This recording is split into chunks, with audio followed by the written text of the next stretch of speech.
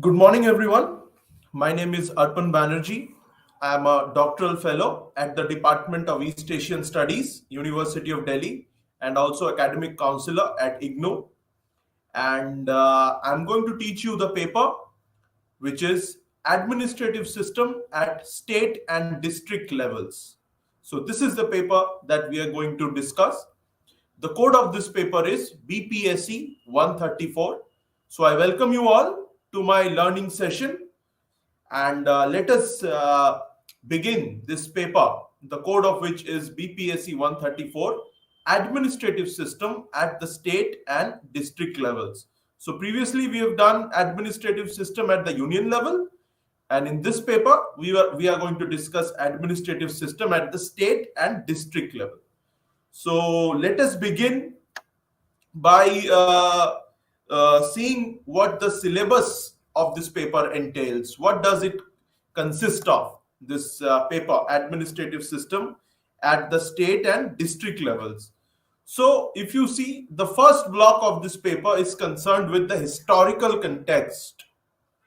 And as part of the historical context, we are going to do the first unit of this paper, which is related to state and district administration, the evolution of state and district administration in our country.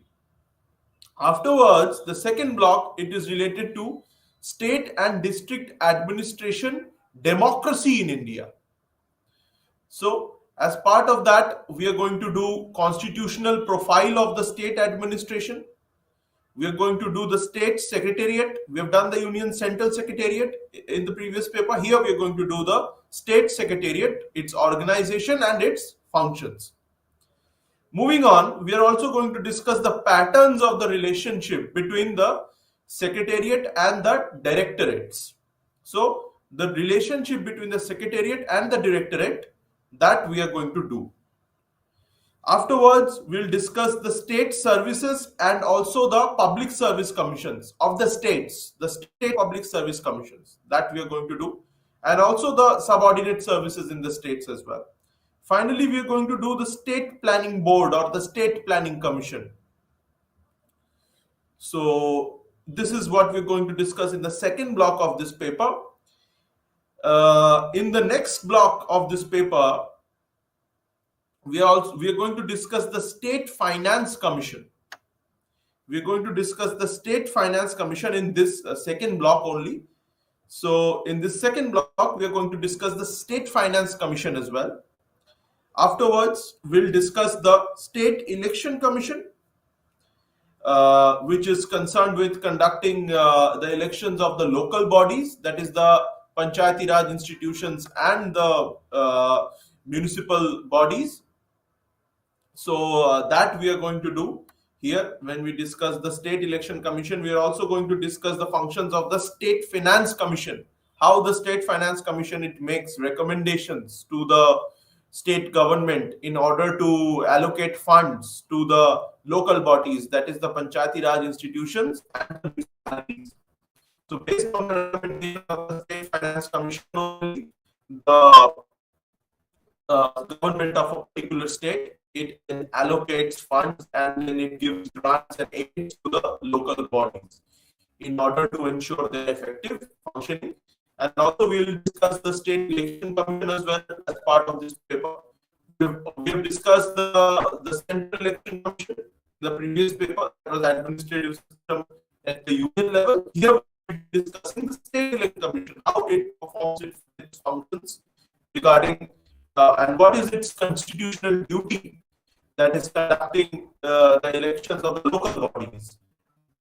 All right, it was created as part of the 73rd and 24th Amendment, both these State Finance Commission and State Election Commission. Then we are going to discuss the role of the local at the state level and the role that it plays in keeping the check on corruption.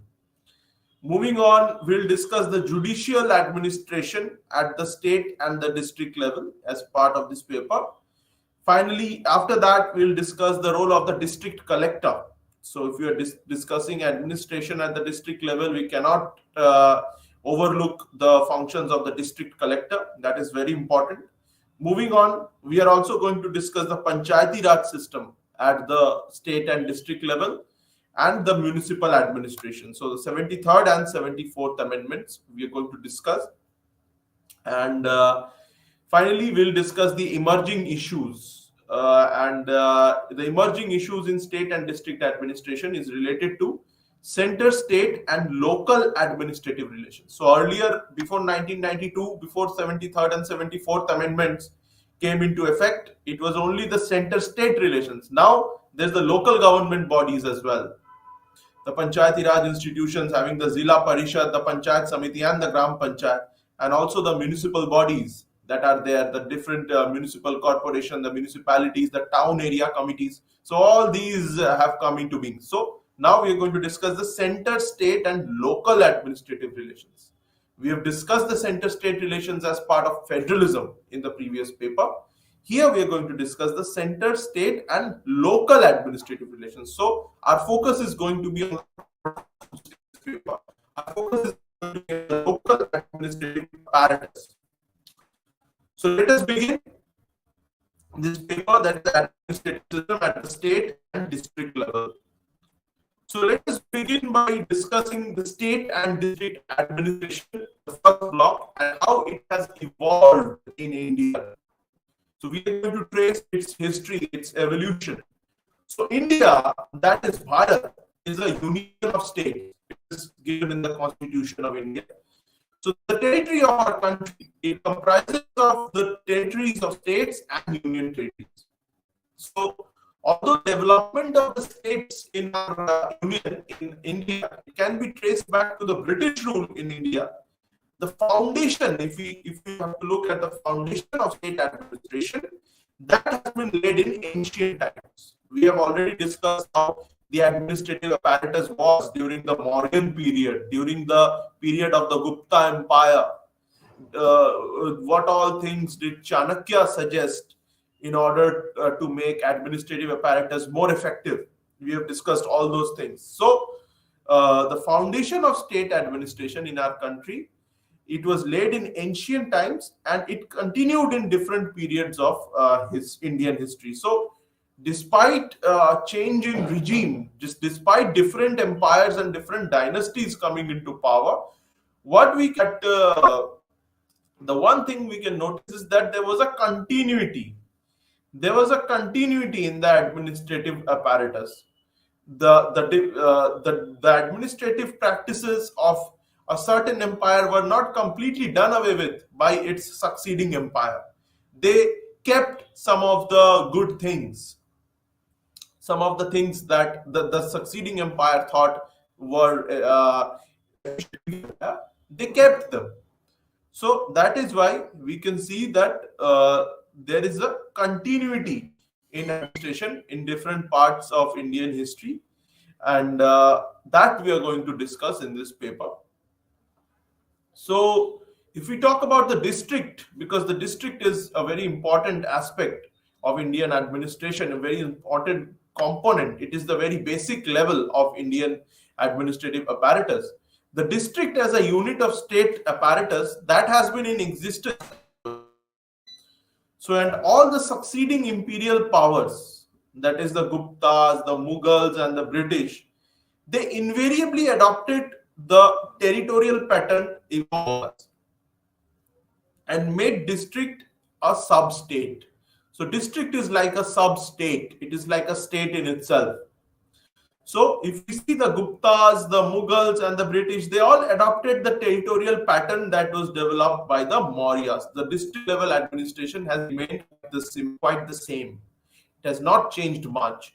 So what the Mauryan Empire created, that same district level apparatus has continued in different periods of the Guptas, the Mughals, as well as the British. And we can see that the district as a unit of state administration, it has existed for thousands of years, and all the succeeding powers have continued with it. They have not done away with it, and that is why district is like a sub-state. It's like a state within a state. So the district administration has been one of the most important institutional legacies that was bequeathed by the British to India.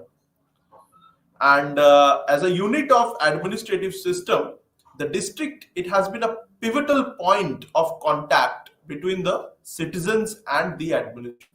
So district administration in India is one of the, you can say, institutional legacies that the British have left behind in India. And if we talk of the unit of the district as a unit of administrative system, the district, it has been a pivotal point of contact between the citizens and the administration. So the institution of district collector, that was created as the pivot of administration. That is the pivot, the center point of administration, the institution of district collector. And this institution, that is the institution of district collector, it combined the revenue, managerial, and general administrative duties, but it was deemed to be absolutely essential for maintaining the British power, influence, and authority throughout the country.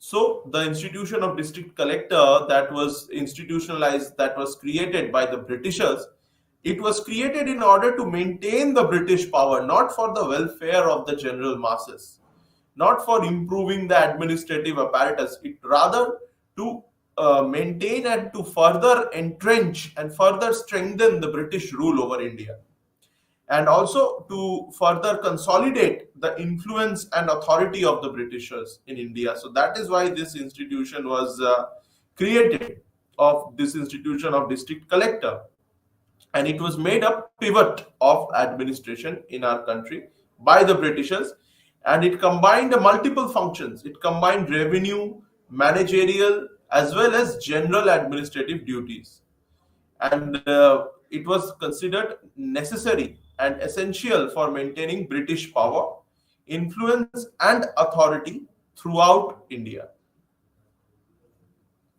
So now let us discuss the district administration and the provincial administration in the ancient period. So let us go and discuss the Mauryan and Gupta period, how the provincial and district administration was organized during the Mauryan and the Gupta period. So if we talk about the provincial administration during these two periods, that is the Mauryan period and the Gupta period, the kingdom was divided into many provinces. Just like we have our country, the Republic of India, which is divided into many states, the kingdom during these two periods, that is Mauryan and Gupta period, was divided into various provinces, and the provincial governor usually belonged to the royal family, and the provincial governor was directly appointed by the king. So if you see today, although the governor of a state does not belong to any royal family, but if you see that governor is appointed by the president on recommendation, of course, of the cabinet, union cabinet. So during Ashoka, during the rule of Emperor Ashoka, there were 4 viceroys with headquarters at Takshila, Ujjain, Tosali, and Suvarnagiri. So during Ashoka's time, we can see that 4 viceroys were there of the 4 most important provinces or regions, as we can call it. One was Takshila in the northwest, one was Ujjain, the other was in central India, was Tosali, and the other was Suvarnagiri. So these provincial viceroys of the Mauryan Empire, they were assisted by a council of ministers. So we can see that just like we have a council of ministers at the state level, similarly, these viceroys of the Mauryan Empire, they were assisted by a council of ministers also. And the status of this council of ministers was, they were called as Mahamatra. They were called Mahamatra. And foreign rulers like the Indo-Greek, the Parthians, the Sakas and Kushanas, they borrowed the Achaemenian pattern. So Achaemenian pattern is from the Persia, where the Achaemenid dynasty used to rule. So the foreign rulers who established empires and kingdoms in India, like the Indo-Greeks, the Parthians, the Sakas who came from Central Asia, the Kushanas also came from Central Asia, they borrowed the Achaemenian pattern of designating provincial heads as Kshatraps and Mahakshatraps. So provincial heads were designated as either Kshatrap or Mahakshatrap. And this pattern is borrowed from the Achaemenid dynasty or Achaemenid Empire of Persia, which is modern day Iran. So this was a brief introduction to how the Mauryan and Gupta period, during that period, how the provincial administrative apparatus was. So now let us move on. So the Gupta period, if we talk about, we have discussed the Maurya period. Now in the Gupta period, the Gupta changed the pattern of the provincial setup. And the Gupta emperors, they appointed the most competent persons. So instead of only looking at familiar ties or only appointing people who belong to the royal family as provincial governors, the Guptas, they brought in a concept of mate as well in this. So what they did was that they appointed the most competent persons as provincial governor, irrespective of whether that person belonged to the royal family or not. And that provincial governor was called Upadika. Sometimes these provincial governors seem to be hereditary, as the same family acted as provincial head under several rulers. So, however, later on, the position became hereditary as well, since the same family acted as provincial head under several rulers. And the provinces, they had branches of almost all the departments working at the center. So just like we have today, except some of the departments which are in the union list, for example, defense, currency, foreign affairs, these departments are not there at the state level because they are not in the state list. Most of the departments which are there at the union level, they're also present at the state level as well, even today, if we see. So this can be the evolution of this pattern. It can be traced back to the Gupta period. So just like we have a finance ministry at the center, we also have finance ministry at state level. We have agriculture ministries at the center. We have agricultural ministries at the state level. Education ministry at the center. Education ministries at the state levels also. So similarly, the provinces, they had branches of almost all the departments that were working at the center. And the category of provincial officials, they included the Kumar Amatya or the chief minister. The chief minister was called the Kumar Amatya. The Ranbhandadhikarana or the office of the military exchequer, who was called the Ranbhandar Adhikarana. That was the office of the military exchequer. The Dand Pasadhikarana, who was the chief of police. So we see at provincial level, DGP, the Director General of Police. That was an institution similar to that, was that of the Dand Pasadhikaran. At the state levels, there was also a Ranbhandar, an office which was of the military exchequer. The chief of police was also there. The chief justice was called the Mahadand Nayak. And there was a chief censor as well, who was called the Bhat Ashwapati,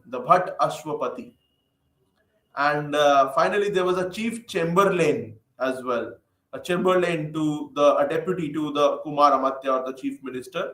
It's called the Mahaprata. Offices, some of which still exist today. For example, the chief of police, the chief minister, and the chief justice as well of the high courts at the state level. We can trace their evolution period. So moving on to discuss the local, this was the provincial administration that we have discussed during the Gupta and the Maurya period. So the local administration, let us discuss the local administration. The provinces, they were divided into divisions, which were called Vishay or Bhog. In North India, they were called Vishay or Bhog. And in South India, they were called Kottam or Valnadu. And the other units of administration in descending order, they were the districts, who were called the Adhisthan in north, and they were called Kurram in the south. And they were beneath the districts, there were certain groups of villages as well. So in North India, they were called Agrahara, and in the south, they were called Kurram. So that is how the entire local administrative apparatus was arranged. So the district was there, which was called Adisthan in the north and Kurram in the south. And beneath the districts, there were groups of villages which were called Agrahara in the north and Kurram in the south. And the provinces, they were divided into divisions, just like we have subdivisions and in modern day Indian provinces as well. Similarly, provinces during the Gupta period and the Maurya period, they were divided into divisions which were called Vishay or Bhog in North India, and in South India they were called Kottam or Valanadu. So in the Mauryan Empire, the Pradeshika or the Pradeshtris, they looked after divisions. So these divisions of administration, they were looked after by the Pradeshika or Pradeshtris. And the Rajukas, they looked after the district. So the divisions, which we have the modern day subdivisions, they are called subdivisions in modern day Indian provinces. So during that time, they were called divisions. They were looked after by the Pradeshikas, and beneath them were the districts, which were looked after by the Rajukas. So these Pradeshikas or Pradeshtris, they were charged with the executive, judicial, revenue functions. And these Rajukas, they had to collect land revenue. Their task was to promote trade and industry, and also to carry out public works at the district level, like roads, construction of roads, maintenance of roads, and also construction and maintenance of channels for irrigation. So according to Kautilya and his seminal work, Arthashastra, the Sthanika had 800 villages under him. And beyond the beneath the Sthanika, there was the Dronamukh, who had 400 villages, and beneath that was the Kharvatika, who had 200 villages, and beneath that was the Gopa, who had 10 villages. So this was the entire hierarchy of administration, which depended on the number of villages a person had under his supervision. So the Pradeshtris were at the division level, the Rajukas, they were at the district level, and beneath them were all these village heads. The Sthanika, which had 800 villages under his supervision, the Dronamukh, the Kharvatik, and the Sangrahan or Gop. So this hierarchy was according to the number of villages they had under their control, under their supervision. And this was during the Maurya period. As we have discussed, we get to know all these things from Arthashastra by Kautilya. Now, during the Gupta period, the local administration was pretty well organized. If we see the local administration during the Gupta period, a number of districts formed, and there was a number of districts they compiled. They consisted of one bhukti, and each district was called Vishay. So just like we have subdivisions, for example, in Uttar Pradesh, there are 18 subdivisions. So one subdivision includes multiple districts. Similarly, multiple districts, they were combined to create one bhukti. So a bhukti was somewhat similar to the modern day subdivisions that we have in Indian states, which are created for efficient administration.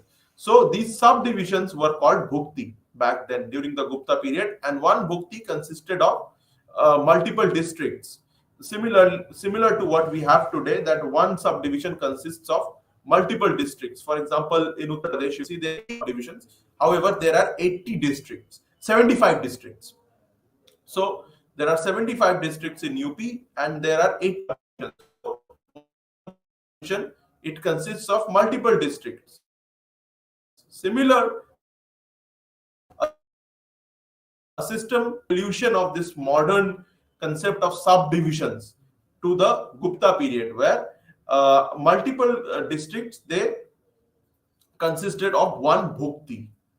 So they were combined to create a bhukti. So a bhukti, it consisted of multiple districts, and each district was called Vishay.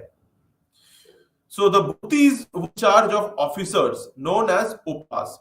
So these subdivisions or bhuktis, they were headed by officers who were known as uparikas, and these uparikas, they were appointed by the emperor.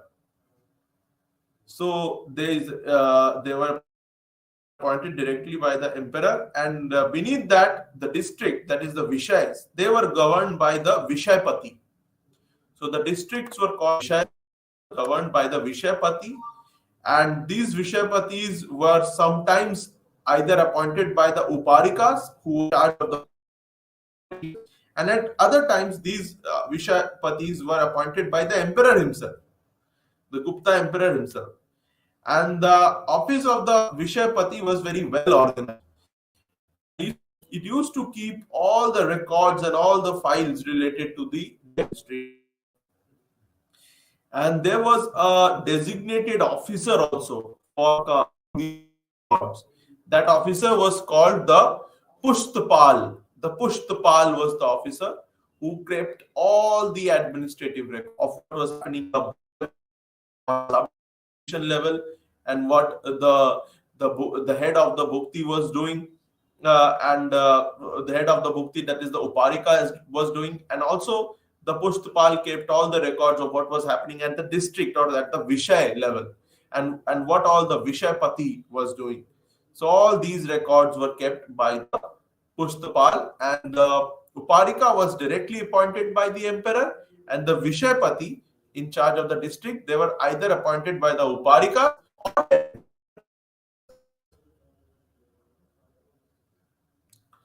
So the subordinate staff of district administration, that consisted of officers who were described as Yuktas, Niyuktas, Vyapritas, and Adhikrita. So these four officers, they consisted of the subordinate staff of district administration. Who are these four officers? The Niyuktas, the Vyaprita, and the Adhikrita. That represented different interests in the locality. So the head of the district had a non-official advisory council also. The head of the district, that is the Vishayapati. The Vishayapati had a non-official advisory council that represented different interests in the locality. For example, chief banker also, that represented the commercial interest, who was Shreshtin. There was a leader of the trading convoy who was called the Sarthavaha. There was a chief alderman who was called the Pratham Kulika, and there was also a chief scribe to take down all the records who was called the Pratham Kayastha. So the district head or the Vishayapati had a non-official, which consisted of people belonging to different sections of the society and representing different interests of the society. So now let us come into the medieval period. That is the Mughal period.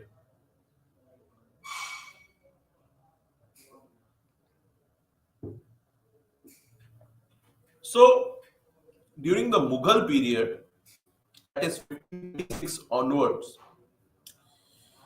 the emperor was a supreme authority, and so it was monarchy, the Mughal period, and the emperor was the supreme authority, the head of the government as well, and the emperor himself was the lawmaker and law force. So as you see, it was a very sensitive. The emperor's tone of the administration during the Mughal period. And for effective administration, the empire was divided into provinces, just like we had during the Gupta and the Maurya period. The Mughal period was also divided into provinces, but here we see that the institution of emperor became very powerful because it was an absolute monarchy. So let us now discuss the provincial administration of Mughals. So during the time of Akbar, a strong base was formed for provincial administration. So the whole kingdom was divided into subas or provinces. The provinces were called suba, and it was during Akbar's time that provincial administration it developed in a very effective way. And the entire kingdom was divided into provinces or subas, and the territories of the provincial units, they were fixed, and there was a uniform administrative model that was established, and these models were subjected to minor changes to suit the local circumstances. And the control over the provinces, they were more effective with a team of officials that represented the different branches of the state activity. So we can see during Akbar's time, the provincial administration was given a lot of attention, and an elaborate provincial administrative apparatus was created. The territories of the provincial units, they were fixed. A uniform administrative model was established, which were also adjusted according to local circumstances. And there was a team of officials also who represented different branches of the state activity, and they ensured that the Mughal control over provinces, that was more effective and smooth. So the number of provinces that were there, they differed under different Mughal rulers. So for example, during Akbar's time, there were 15 provinces, while during Jahangir's times, there were 18 provinces. And during Aurangzeb's time, there were 23 provinces. And each province was under a governor. And that governor was known as the Nazim, the Naib, or the Subedar or the Wali. So these different names were there for the governor: Nazim, Naib, Subedar, or Wali. This Naib later on went on to become the Nawab when they seceded from the Mughal Empire, when the Mughal Empire became weak. So the governor was a sort of a mini king within his own province. So within his own province, the governor was like a mini king. Many times the governor resisted central control as well, and the governor did not do as he was told. And many times these governors rebelled also. And during the later part of the Mughal Empire, that is after the death of Aurangzeb in 1707, we see that many of these governors, provincial governors, they became so powerful that they seceded, and they created their own dynasties, their own kingdoms.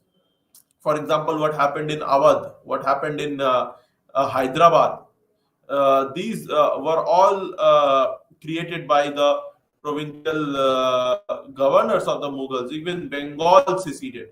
So these governors were very powerful, and they were known as Nazim, Naib, Subedar, or either of these four names were used. And the governor within his own province, and governor was responsible for the maintenance of law and order, control of the local army, the realization of state dues, as well as provision of justice. So maintaining law and order, controlling the local army, the realization of the state dues, and provision of justice. These were the governor. And usually what we get to see is that members of the royal blood or confident nobles, they are the ones who were appointed governor. And the governor received authority from the Sultan. And the governor stayed in the office only as long as he remained in good books of the king. So we see that the governors changed because the king did not like the conduct of the governor, and changed, there was always a likelihood of a rebellion. So mostly these governors, the Subedars or the Naibs or the Nazims, mostly of Arwanda, and they were on good terms with the king or the Sultan. And within their own king provinces, they were like a mini king. Another important office during the Mughal period at the provincial level, which was only second but not subordinate to the Subedar, was the Diwan. The Diwan's office was also very important, and the Diwan's office was not by any means subordinate to the Subedar, because the Diwan was in charge of the revenue administration in the Mughal provinces. The Diwan was also appointed by the Sultan. So now let us discuss the district administration in the Mughal period. The Suba or the province was further divided into sarkars. So the Suba was divided into sarkars, and the nearest equivalent of the district was the Sarkar during the Mughal times.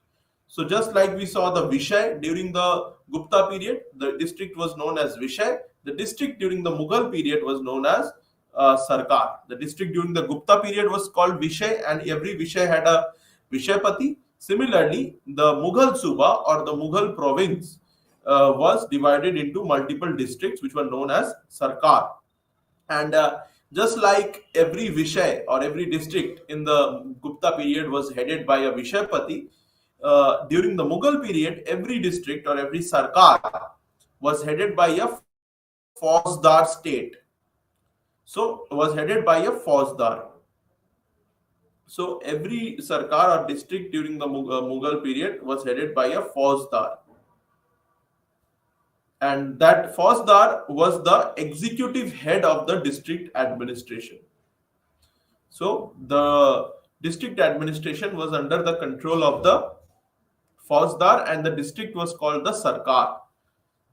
And the Fauzdar worked under the control of Subedar only. The Fauzdar was subordinate to the Subedar or the provincial governor.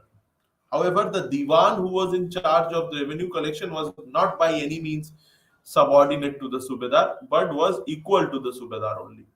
However, the different Fauzdars that were there who were in charge of district administration, they were subordinate to the Subedar, and each district was known as Sarkar, headed by a Fauzdar. So we can see a continuity from the Gupta period only, where each district was headed by a Vishaypati and was called Vishay.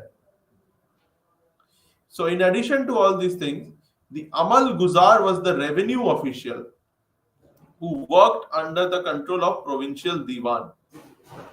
And so the Amal Guzar was the revenue official who worked under the control of the provincial Diwan, and the Amal Guzar was assisted by a number of subordinates as well. So the revenue official or Amal Guzar worked under the control of provincial Diwan and was assisted by a number of subordinates as well. So each district was further divided into what were known as Parganas, and every Pargana was headed by a person called the Sikdar. So the districts were further subdivided into Parganas, and every Pargana was headed by a Sikdar. And in addition to what we have already discussed, that is the office of the Fauzdar and the Subedar and the Diwan, there was a Amal Guzar also, which were basically revenue officials, and they worked under the control of the provincial Diwan, and these revenue officials, they were assisted by a number of subordinates as well, and every district was subdivided into Parganas, and each Pargana was headed by a Sikdar. So moving on, if we see, this Sikdar was responsible for the maintenance of law and order as well as for administering criminal justice as well. And the other revenue officials who were there at the Pargana level, they were called the Amil and the Kanungo. And what was the functions of these Amil and Kanungo? They dealt with survey, assessment and collection of revenue. And in some of the Parganas, the Qazis, they decided the disputes. So this was the entire administrative apparatus, and the village during the Mughal time was the lowest unit of administration that was beneath the Pargana, and the Mughal village it enjoyed a great amount of autonomy, the villages during the Mughal period, and most of the cases were decided by the people without any government interference. So each village had the council or the panchayat, and the panchayat was headed by a sarpanch who acted as a link between the village and the government. So we see that even today the Gram Panchayat is headed by a sarpanch. So we can see continuity. So now let us move on to the British period. The Britishers who succeeded the Mughals. Now let us look at how the administrative apparatus was during the British period at the provincial and the district level. So during the first entry of the Britishers in India, India was divided into small and large independent states. So the Mughal Empire was in decline, and just when the Britishers were having a foothold in India, the Mughal Empire was in decline, and India, many of its provinces, they had seceded from the Mughal Empire, just like Awadh, the Hyderabad, and the Maratha Empire that had was posing to be a huge challenge to Mughal authority in India. However, India, during when the Britishers first made their entry, India was divided into small and large independent states. There was a lack of centralized authority as such. And the Britishers, they continued the process of conquest and annexation. Just we can see, beginning with the wars against the French, the Anglo-French wars or the Carnatic wars. We see that the Britishers then embarked on a number of conquests. The Anglo-Mysore wars took place, followed by the four Anglo-Maratha wars, the three Anglo-Mysore wars, then the four Anglo-Maratha wars, followed by the Anglo-Sikh wars, the Anglo-Burmese wars. So all these wars, through these wars, Britishers, they consolidated their territory, their position here, and through different policies like the doctrine of lapse and the and subsidiary alliance, the Britishers, they kept on increasing their territory, and they embarked on a process of conquest and annexation. Especially Lord Wellesley and all, they further increased the pace of this action. Lord was the first person who, in a way, set the Britishers on this track of annexation by leading them to a victory at the Battle of Plassey. After that, the Britishers emerged victorious in the Battle of Buxar, also in 1764, in which the Britishers were able to defeat a combined army of the Awadh governor, Shuja-ud-Dawla, the Mughal emperor, and Mir Qasim. So that proved as a watershed moment in British conquest of India. So we see that the Britishers went on a relentless and endless process of conquest and annexation. And as their territory expanded, they slowly and gradually created these provinces.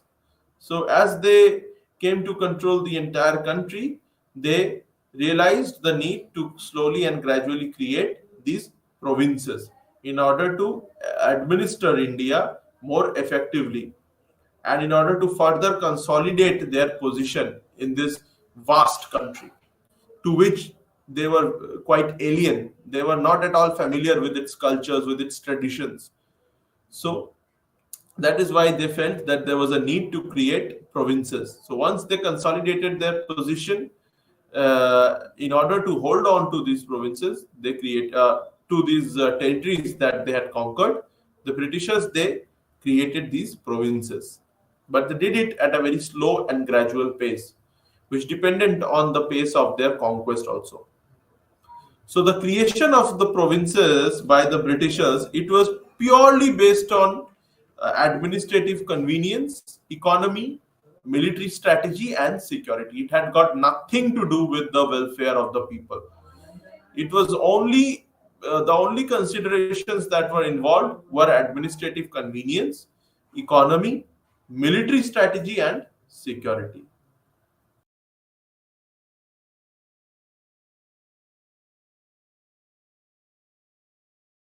Raised their voice for the reorganization of provinces in view of their needs, wishes, and affinities.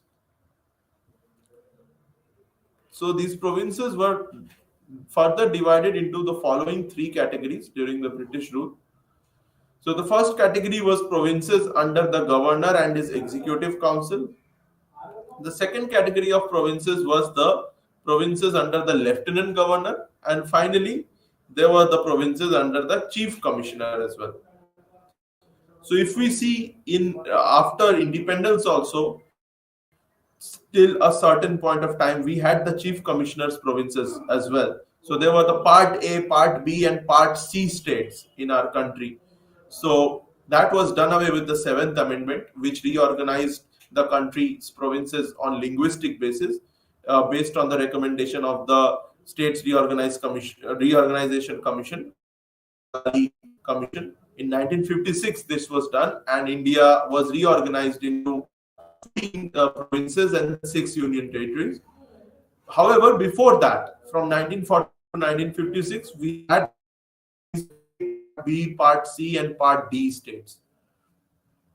So that was quite similar to what was the British era. So during the British era, the provinces, they were divided in 3 categories.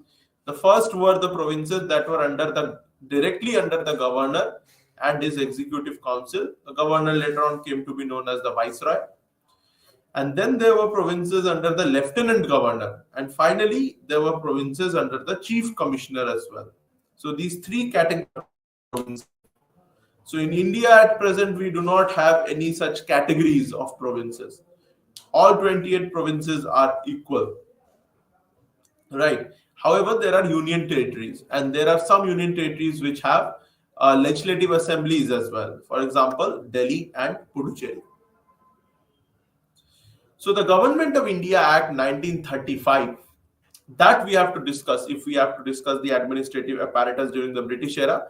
So this act, Government of India, envisaged an All India Federation. And this All India Federation, which it wanted to create, that consisted of 11 governors provinces and 6 chief commissioners provinces, and as well as the Indian princely states also. So the chief prize awarded to the Indians by this act was the provincial autonomy. So this was something that the Indians were demanding for many, many years, autonomy or home rule, and they finally got it through the Government of India Act 1935. They were given provincial autonomy. And so once the Britishers gave this provincial autonomy, this gave an independent and autonomous status to the British Indian provinces. However, with the adoption of the new constitution and creation of 4 categories of states, that is Part A, Part B, Part C, and Part D states, the problem of reorganization of states, that was not yet over. And the demand for linguistic states, it continued. So we can see in 1936, the Britishers, they separated Odisha from Bengal presidency, and they created the separate state of Odisha on the basis of language. So despite creating Part A, B, C, and D states, there were demands for reorganization of states on linguistic basis, which was finally accepted by the Union government post-independence also. And the 7th Amendment, Constitutional Amendment Act, was passed in 1956, as per which 14 states and 6 union territories were created on the basis of language. And in the post-independence era, just as I was talking on reorganization of provinces on the basis of language, in the post-independence era in 1953 December, the Union Parliament, it appointed a States Reorganization Commission that was headed by Fazal Ali, who was the chairman. The other members were Hridaynath Kunjru and K.M. Panikar. So on the basis of the report that was submitted by the States Reorganization Commission, because before this also many commissions, 2 prominent commissions were created in post-independent India. The most significant of them was the JVP Commission, or the Jawaharlal Nehru, Vallabhbhai Patel and Pattabi Sitaramaiah Commission. That commission, it did not give its recommendation in favor of a linguistic reorganization of states. However, the situation was escalated and exacerbated to such an extent in present-day Andhra, which was part of Madras state. So there was a huge demonstration and huge demand that was there in Andhra, the Telugu-speaking areas of the Madras state, to create a separate state for the Telugu-speaking people. And after one of their prominent leaders passed away after fasting for many months, whose name was Potti Sriramulu. So after his death, the central government, the situation, it exacerbated to such a level that the central government was forced to create the States Reorganized Commission, and it was headed by Mr. Fazal Ali. And this commission, it recommended in favor of a linguistic reorganization of states. However, it also said that language should not be the basis of states reorganization, but it also recommended a reorganization of state on the basis of language. However, it did not accept the formula that there should be one language or one state for one language. That was not accepted, but it nevertheless recommended for a reorganization. And on the basis of the report of the Fazal Ali Commission or the States Reorganization Commission in the year 1955, the Parliament, it enacted the States Reorganization Act 1956, and the 7th Constitutional Amendment Act was passed. And on the basis of this act, the states were organized into two categories, that is states and union territories, which we still have today.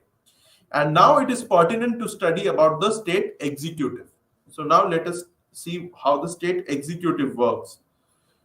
So under the Indian Constitution, the federal structure of the Indian Constitution, there are autonomous state executives that have been established.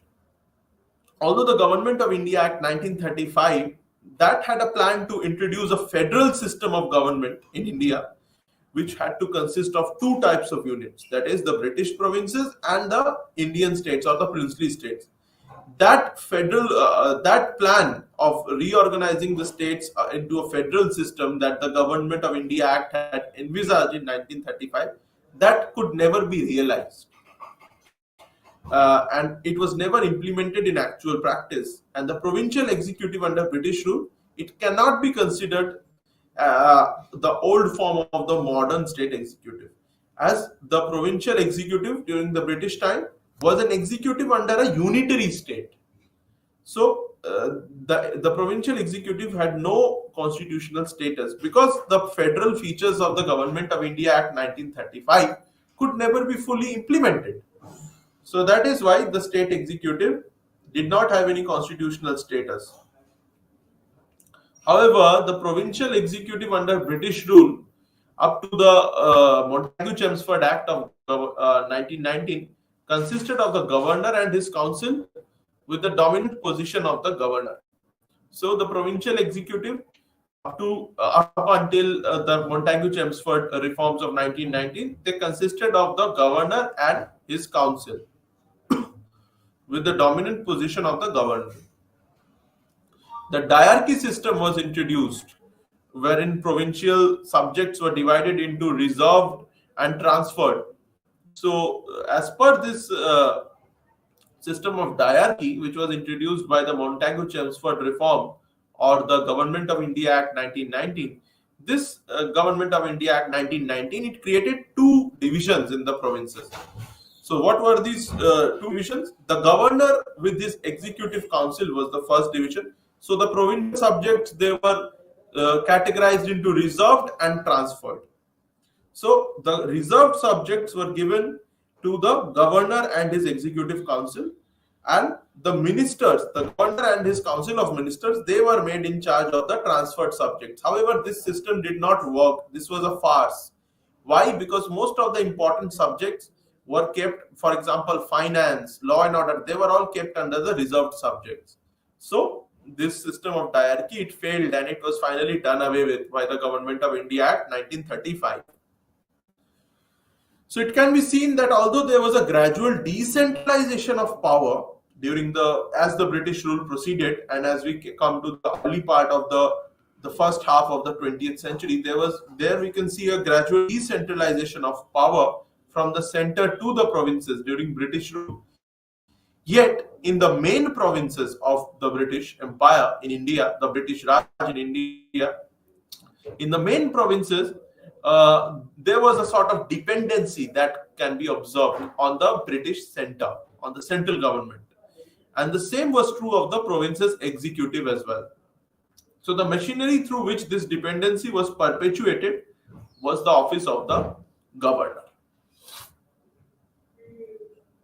So the status of the state executive under the revised constitution of the Britishers, that was not to coordinate and co-equal with the status of the union executive. Although the state executive had been given a lot of power, but that did not mean that the state executive had become a co-equal of the union executive. and the state executive had a subordinate status. And although a federal scheme of polity had been envisaged by the constitution in 1935, by the Government of India Act 1935, it could not be realized, it could not be put into practice, it could not be implemented. Now, what was the reason for that? The Indian princely states, the princes, they did not participate in this, in the implementation of this federalization. And one of the reasons why they did not participate was due to the outbreak of the Second World War. And finally, we see that when the Britishers left and the country was partitioned, there were many problems that this partition created. The aggression in Kashmir was one of these problems, and also the victory of the communists in the Chinese Civil War, that influenced the framers of our constitution in favor of creating a strong center and weak province. So that is why we have a quasi-federal system. We do not have an absolutely federal constitutional apparatus. So in our constitution, Article 256, 257, 365, as well as many other articles, they will show that the state executive, it has to work under the guidance and direction of the union executive only. So if the state executive refuses to follow the directions of the union executive, under Article 365, the union executive can recommend for president's rule and can completely do away with the state executive. So failure of the state executive to comply with the directions of the union executive, that can result into the proclamation of emergency under 365. And also the union executive can also can also recommend to the president proclamation of emergency on the behest of breakdown of constitutional machinery. However, since the S.R. Bommai judgment in 1954, it has become very difficult, because the grounds on which the union government recommends imposition of president's rule in a particular province, that is now under the purview of judicial review. That is why we see that since 1994, it has become increasingly difficult to implement president's rule in any state. And while this president's rule is implemented, the president assumes all of the functions of the government of a particular state, and the executive of the state, it has to work on the same lines as the union.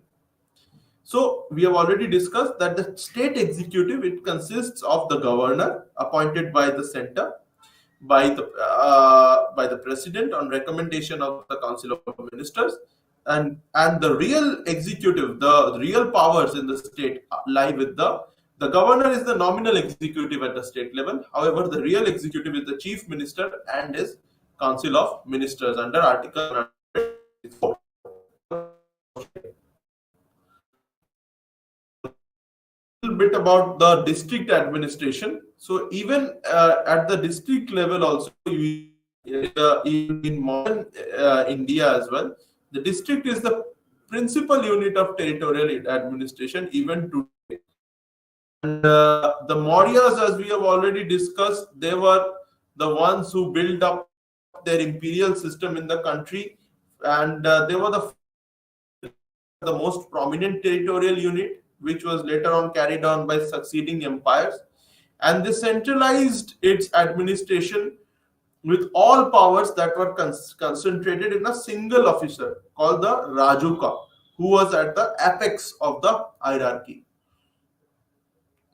So the Britishers, they consolidated their territories generally in terms of the existing districts only. And they, in the early part of the rule, they believed that the larger the district, the greater the economy of its administration, and the higher the and prestige of their district officer. So they created large districts. So in the next class, we'll discuss the district collectors. Continue further with this block only, that is the evolution of administration at the state and the district level, and we'll discuss the district collector's office in the how independent India. So we have discussed in this class ancient administration, medieval administration, as well as the administration involved at the state and district level during the British period and in the post-independent India, post 1946, with this in detail the district collector's office. In the next class, we will discuss the district collector's office. And so, thank you so much for joining. Namaste.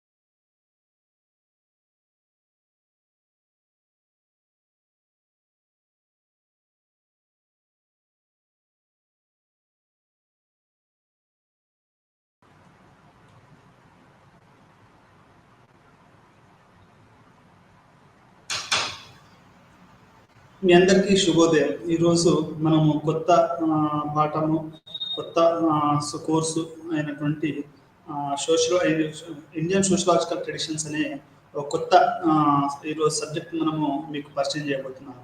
ఎందుకంటే ఈ subject గురించి మనం చెప్పుకోబోయే ముందు మీ అందరికి కొన్ని విషయాలు చెప్పదలుచుకున్నాను. ఇప్పుడు ఎందుకు ఇండియన్ సోషలాజికల్ ట్రెడిషన్స్ అంటే భారతీయ సామాజిక సాంప్రదాయాలు అనేది ఎందుకు చెప్పాలి అంటే దీనికి విరుద్ధమైనది ఏంటి అంటే విదేశాలకు సంబంధించిన సామాజిక సాంప్రదాయాల ప్రభావం ఎలా ఉంది అనేది మనం చూడాలి. అయితే మన సోషియాలజీ అనేది చాలా ఆధునికమైనటువంటి సబ్జెక్టు. ఆ తర్వాత ఒక పెట్టుబడిదారి విధానంలో వచ్చినటువంటి సబ్జెక్ట్ ఇది. ఆ తర్వాత ఇది ఒక పెట్టుబడిదారి విధానంలో వచ్చింది. దాంతో పాటుగా ఇది ఇండస్ట్రియల్ సొసైటీ అంటే లాంకెస్టర్, మాంచెస్టర్ ఈ ప్రభావాల వల్ల గ్రామీణ ప్రాంతం నుంచి సిటీలకు జనాలు వలస రావడము, ఈ సిటీలకి వెళ్ళి జనాలు ఏ రకంగా ఉండడము అనేది మనకు యొక్క సామాజిక ఈ యొక్క సోషియాలజీ అనేది ప్రధానంగా ఆ సందిగ్ధ దశలో పుట్టింది. మనము చాలా వరకు మనం నేర్చుకున్నది ఏంటి అంటే అమెరికాలో కానీ యూరోప్లో కానీ. నా పేరు డాక్టర్ అబ్బాస్, మీకు ఈరోజు ఈ పాఠాన్ని వివరిస్తున్నాను. మీకు ఇవన్నీ కూడా ఎట్లా ఉంటుంది అంటే ఈ రకంగా మనకి సోషియాలజీ అనేది అది బేసిక్గా ఒక వెస్ట్లో పుట్టి ఆ తర్వాత అది రకరకాలైనటువంటి అమెరికాలో పెరిగి ఆ తర్వాత భారతదేశానికి మనకు బ్రిటిషర్స్ తోటి వచ్చింది. అయితే మీరు ఒక సామాజిక శాస్త్రవేత్త ఏం చెప్పాడు అంటే sociology and social anthropology is a by product of imperial project అన్నాడు. అంటే కలోనియల్ ప్రాజెక్ట్ అని చెప్పాడు. ఈ యొక్క బ్రిటిష్ వాళ్ళ యొక్క కొనసాగింపు చేయడానికే సోషియాలజీ, ఆంథ్రోపాలజీ అనే సబ్జెక్టులు భారతదేశానికి వచ్చాయనేది మనం అర్థం చేసుకోవాలి. ఎందుకంటే భారతదేశం అనేది ఒక విభిన్న సంస్కృతి ఆ తర్వాత సాంప్రదాయాలు కూడినటువంటి దేశం. మరీ ముఖ్యంగా మన భారతదేశం లాంటి దేశము సాంప్రదాయాలు, సంస్కృతి ఇవన్నీ కూడా చాలా ఎక్కువగా ఉన్నటువంటి దేశం ఇది. అంటే ఒక రకంగా ఒక వెయిల్డ్ సంస్కృతి ఇక్కడ ఉన్నటువంటి పరిస్థితి. ఇప్పుడు హైదరాబాద్లో కూడా నిజాంలు పరిపాలించినప్పుడు హిందువులైన ముస్లింలైనా ఒక ఘోషాలో ఉండేవాళ్ళు, అంటే ఒక పర్దాలో ఉండేవాళ్ళు. మన పల్లెటూర్లలో లాగా అట్లా సాదాసీదాగా ఉండేవాళ్ళు కాదనేది మనకి ఇక్కడ అర్థమవుతున్నటువంటి విషయం. అంటే ఇట్లాంటి సంస్కృతి సాంప్రదాయాల భారతదేశంలో ఏ రకంగా మనకు సోషియాలజీ వచ్చింది, అది ఎవరితో పాటుగా వచ్చింది, బ్రిటిషర్స్ ఏ రకంగా తీసుకొచ్చారు దీన్ని అనేది మనం ఈరోజు దీని పూర్వాపరాల గురించి మనం ఆలోచించాలి. అంటే భారతదేశంలోకి ఎంటర్ అయింది. మరి ఇది రాకముందు భారతదేశం ఎట్లాంటి ఆలోచన విధానం ఉండేది? మనకి ఇప్పుడు ఉన్నటువంటి మార్క్సిజము, వెబరిజము, ఎమిల్ డర్ఖేము వీళ్ళ గురించి మనం మాట్లాడుకునేది, లేకపోతే ఇంకా వేరేది ఏమైనా ఉందా అనేది కూడా మనం ఇక్కడ మనం ఆలోచించుకోవాల్సినటువంటి విషయం. అంటే ఇట్లా భారతదేశానికి ఒక సొంత ఆలోచన విధానము ఏ రకంగా ఉండేది, మన భారతదేశము సామాజిక శాస్త్రం రాకముందు పూర్వపరాలు ఎలా ఉండేటి అనేది కూడా మన యొక్క పాఠంలో నేర్చుకుంటాం. అదేవిధంగా సంస్కరణల కోసం సామాజిక మతపరమైనటువంటి ఉద్యమాలను కూడా మనం చర్చిస్తాం. అంటే సోషియో రిలీజియస్ చేంజెస్ ఎట్లా జరిగాయి, అంటే ప్రతి మతంలో కూడా సంస్కరణలు ఎట్లా జరిగాయి అనేది మనం ఇక్కడ అర్థం చేసుకోవాల్సినటువంటి విషయం. అంటే అది హిందూ మతమైనా, సిక్కిజమైనా, లేకుంటే క్రిస్టియానిటీ అయినా, లేకుంటే ఎట్లాంటి సంస్కరణలు జరిగాయి భారతదేశంలో, మరి ముఖ్యంగా హిందూ జనాభా ఎక్కువగా ఉన్న ఈ దేశంలో, లేకుంటే ఐడియలైటరీ లేకపోతే ఒక రకమైనటువంటి జీవితం ఉన్నటువంటి భారతదేశంలో ఎటువంటి సామాజిక పరమైనటువంటి ఉద్యమాలు జరిగాయనేది కూడా మనం ఇక్కడ అర్థం చేసుకోవాలి. స్వేచ్ఛ కోసం ఎటువంటి రాజకీయాలు జరిగాయని కూడా మనం అర్థం చేసుకోవాలి. స్వేచ్ఛ కోసం అంటే అది మన మహాత్మా గాంధీ గారు కానివ్వండి, రనాడే కానివ్వండి, లేకపోతే గోఖలే కానివ్వండి, లేకపోతే అంబేద్కర్ కానివ్వండి, పూలే కానివ్వండి, వీళ్ళు చేసినటువంటి ఎట్లాంటి రాజకీయ ఉద్యమాన్ని నిర్మించారు. అంటే భారతదేశం అనేది ఒక బ్రాహ్మణికల్ సమాజంగా ఎట్లా ఉండిపోయింది, ఆ తర్వాత దీన్ని ఎట్లా వాళ్ళు స్వేచ్ఛ వైపు నడిపారు అనేది మనం ఇక్కడ అర్థం చేసుకోవాల్సినటువంటి విషయం. సామాజిక ఆలోచన మేధో పూర్వపరం వివరించండి. అంటే ఈ సోషల్ థాట్ ప్రాసెస్ అనేది భారతదేశంలో సామాజిక శాస్త్రము మరియు మానవ శాస్త్రం యొక్క ఆవిర్భావం ఎట్లా జరిగింది, ఈ సోషల్ థింకింగ్ ప్రాసెస్ ఎట్లా ఉండేది అనేది కూడా మనం ఈరోజు పాఠంలో తెలుసుకుందాం. అయితే ఇక్కడ మనం అర్థం చేసుకోవాల్సింది ఏంటంటే బ్రిటిషర్స్ రాకముందు ముస్లిమ్స్ వచ్చారు, సిక్కులు ఉన్నారు. అంతకుముందు భారతదేశం అనేది ఏన్షియంట్ టైంలో కనుక మనం చూస్తే ఏన్షియంట్ టైంలో కూడా మన నాలెడ్జ్ సిస్టమ్, మన సంస్కృతి సాంప్రదాయాలు అంటే ఇది చాలా పురాతనమైన దేశము. ఈ దేశంలో ఏంటి అంటే ఒక పాలి, ఆ తర్వాత సంస్కృతము, ఆ తర్వాత ఇవి చాలా ప్రధానమైనటువంటి అవిగా ఉండేవి. మన రిపాయిటర్స్ ఆఫ్ నాలెడ్జ్ సిస్టమ్ అంటే మన యొక్క భారతదేశం యొక్క జ్ఞానం మొత్తము ఈ యొక్క పాలీ భాషలో కానివ్వండి, బుద్ధుడు పాలీ భాషను తీసుకొచ్చాడు, సంస్కృతంలో ఉండేది. మనకున్నటువంటి చాలా విషయాలు మనకు సాంస్క్రిట్ భాష నుంచే వచ్చాయని చెప్పొచ్చు. ఎట్లా అంటే పాణిని కానివ్వండి, లేకుంటే ఆర్యభట్టుడు కానివ్వండి, లేకపోతే ధన్వంతరి కానివ్వండి, లేకుంటే ఇంకెవరైనా కానీ, కాళిదాసు కూడా తన యొక్క మేఘ సందేశాన్ని ఆయన సాంస్క్రిట్లో రాయడం జరిగింది. కాళిదాసులో సంస్కృతంలో ఏం రాశాడు, ఆమె యొక్క మెడ, ఆమె భార్య, అతను ఏదో వేరే చోట ఉన్నప్పుడు ఆయన భార్య గుర్తుకొచ్చేసి ఆయన భార్య ఈ మెడ బంపు ఎట్లా ఉండేది అక్కడ అనేది ఆయన చాలా కావ్యాత్మకంగా అది సంస్కృత భాషలో వివరించడం అనేది జరిగింది. ఈ రకంగా ఎట్లా ఉందంటే భారతదేశం యొక్క కల్చరల్ రిపాజిటరీ అంటారు కదా, అంటే ఒక భారతదేశం యొక్క సంస్కృతి సాంప్రదాయాలు మొత్తము ఒక సంస్కృతంతో ముడిపడి ఉన్నాయని మనం చెప్పుకోవచ్చు. ఈ ప్రీ బ్రిటిష్ ఇండియాలో సంస్కృతం తెలుసుకోవడం అంటే సంస్కృతం తెలిస్తేనే మేధావి పరంగా తెలిసేది. అంటే knowing Sanskrit is a hall mark of elite in pre British India. అంటే బ్రిటిషర్స్ రాకముందు ముస్లిం పరిపాలనలో కానీ అంతకుముందు కానీ ఎట్లా ఉండేది అంటే ఒక మనిషి ఉన్నత శ్రేణి వ్యక్తి అనుకున్నప్పుడు అతనికి సంస్కృతి తెలియడం అనేది ఒక ఉన్నత శ్రేణి యొక్క లక్షణంగా మనం అది గుర్తించడం అనేది జరిగింది.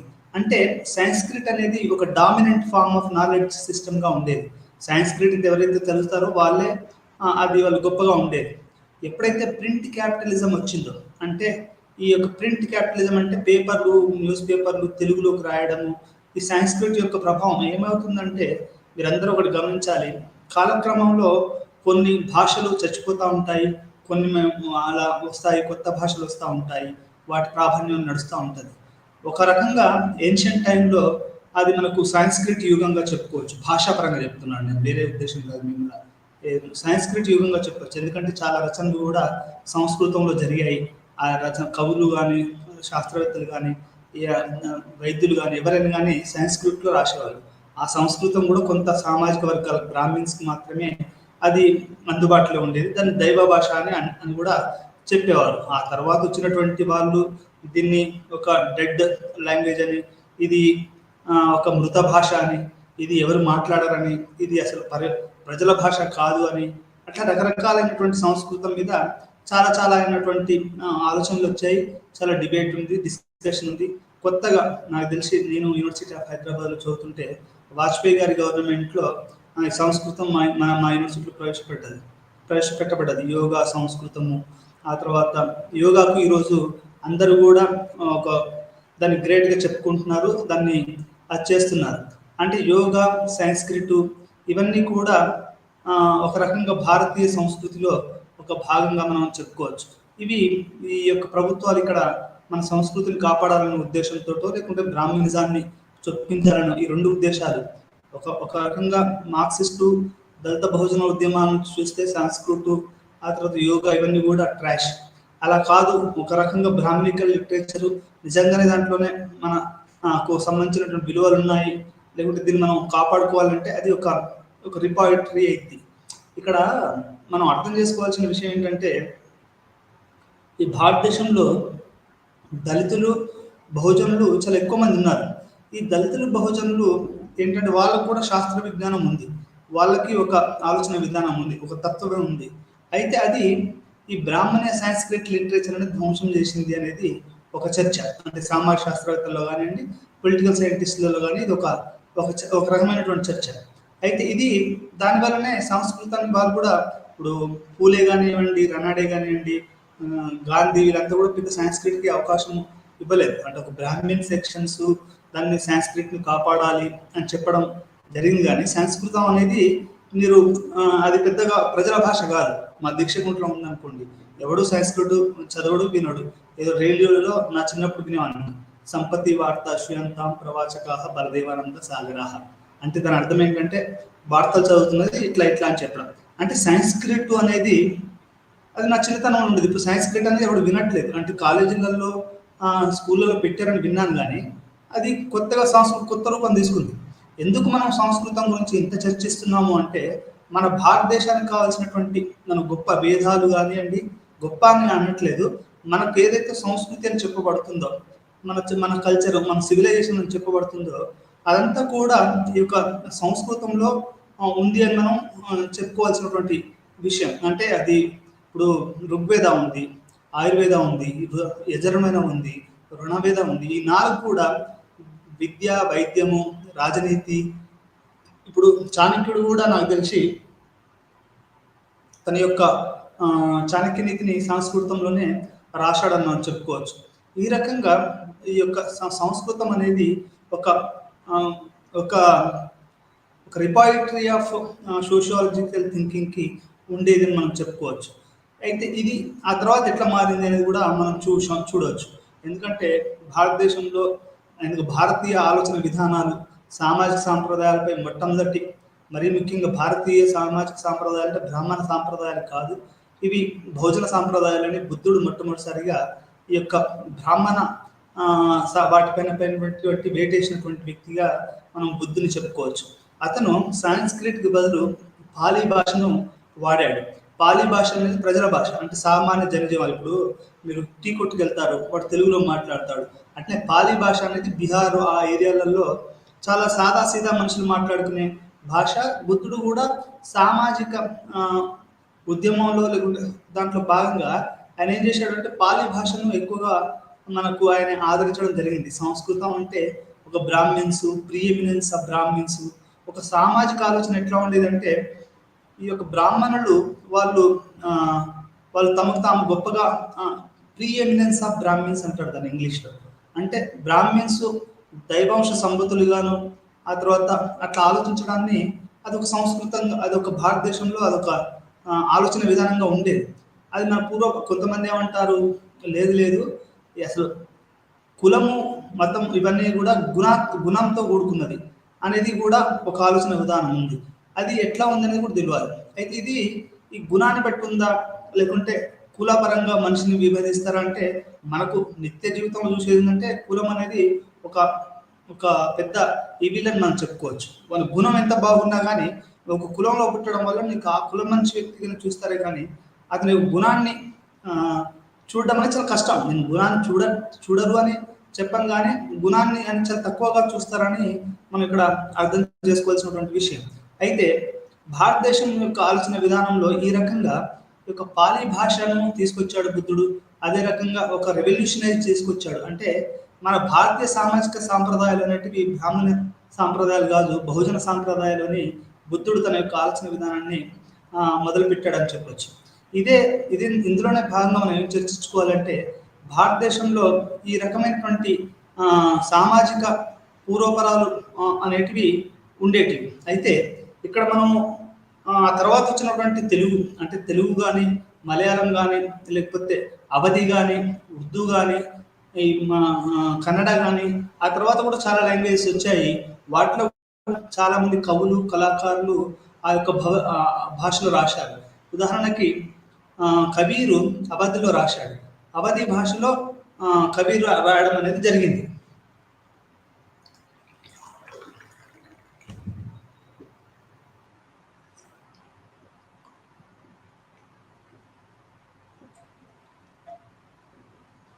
ఆ తర్వాత సింధు భాషలో రాశారు. సింధు భాష అంటే అది నార్త్ ఇండియాకి సంబంధించినటువంటి భాష. సింధు భాషలో, అవధి భాషలో, ఉర్దూలో, పర్షియాలో రకరకాలైనటువంటి సాహిత్యాలు వచ్చేసి ఈ యొక్క భారతీయ సాంప్రదాయాన్ని అవి సుసంపన్నం చేశాయని మనం చెప్పుకోవచ్చు. అయితే మొత్తంగా మీరు ఇక్కడ సోషియాలజిస్టులు, ఇప్పుడు ఐరావతి కార్వే గారిని కానివ్వండి, ఇంకెవరైనా మనం ఎర్లీ సోషియాలజిస్టులు మనకు చూసినట్టయితే వాళ్ళు కూడా ఈ యొక్క ఏంటి అంటే వాళ్ళు కూడా వాళ్ళు కూడా సంస్కృత కుటుంబం నుంచి వచ్చినట్టు. ఇప్పుడు కిన్షిప్ మ్యాప్ ఆఫ్ ఇండియా అని రాసినటువంటి ఐరావతి కార్వే గారు, ఆమె సంస్కృత కుటుంబం, బ్రాహ్మణ కుటుంబం నుంచి వచ్చింది అని మనం చెప్పుకోవాలి. ఆమె రాసినటువంటి పుస్తకం అనేది చాలా పాపులర్. ఎట్లా రాయగలిగిందంటే ఆమె సంస్కృతం తెలుసు. ఆమె యుగాంతాన్ని, మహాభారతలోని కొన్ని విషయాలను తీసుకుని ఆమె యుగాంతాన్ని కూడా ఈ యొక్క మేడం రాయడం జరిగింది.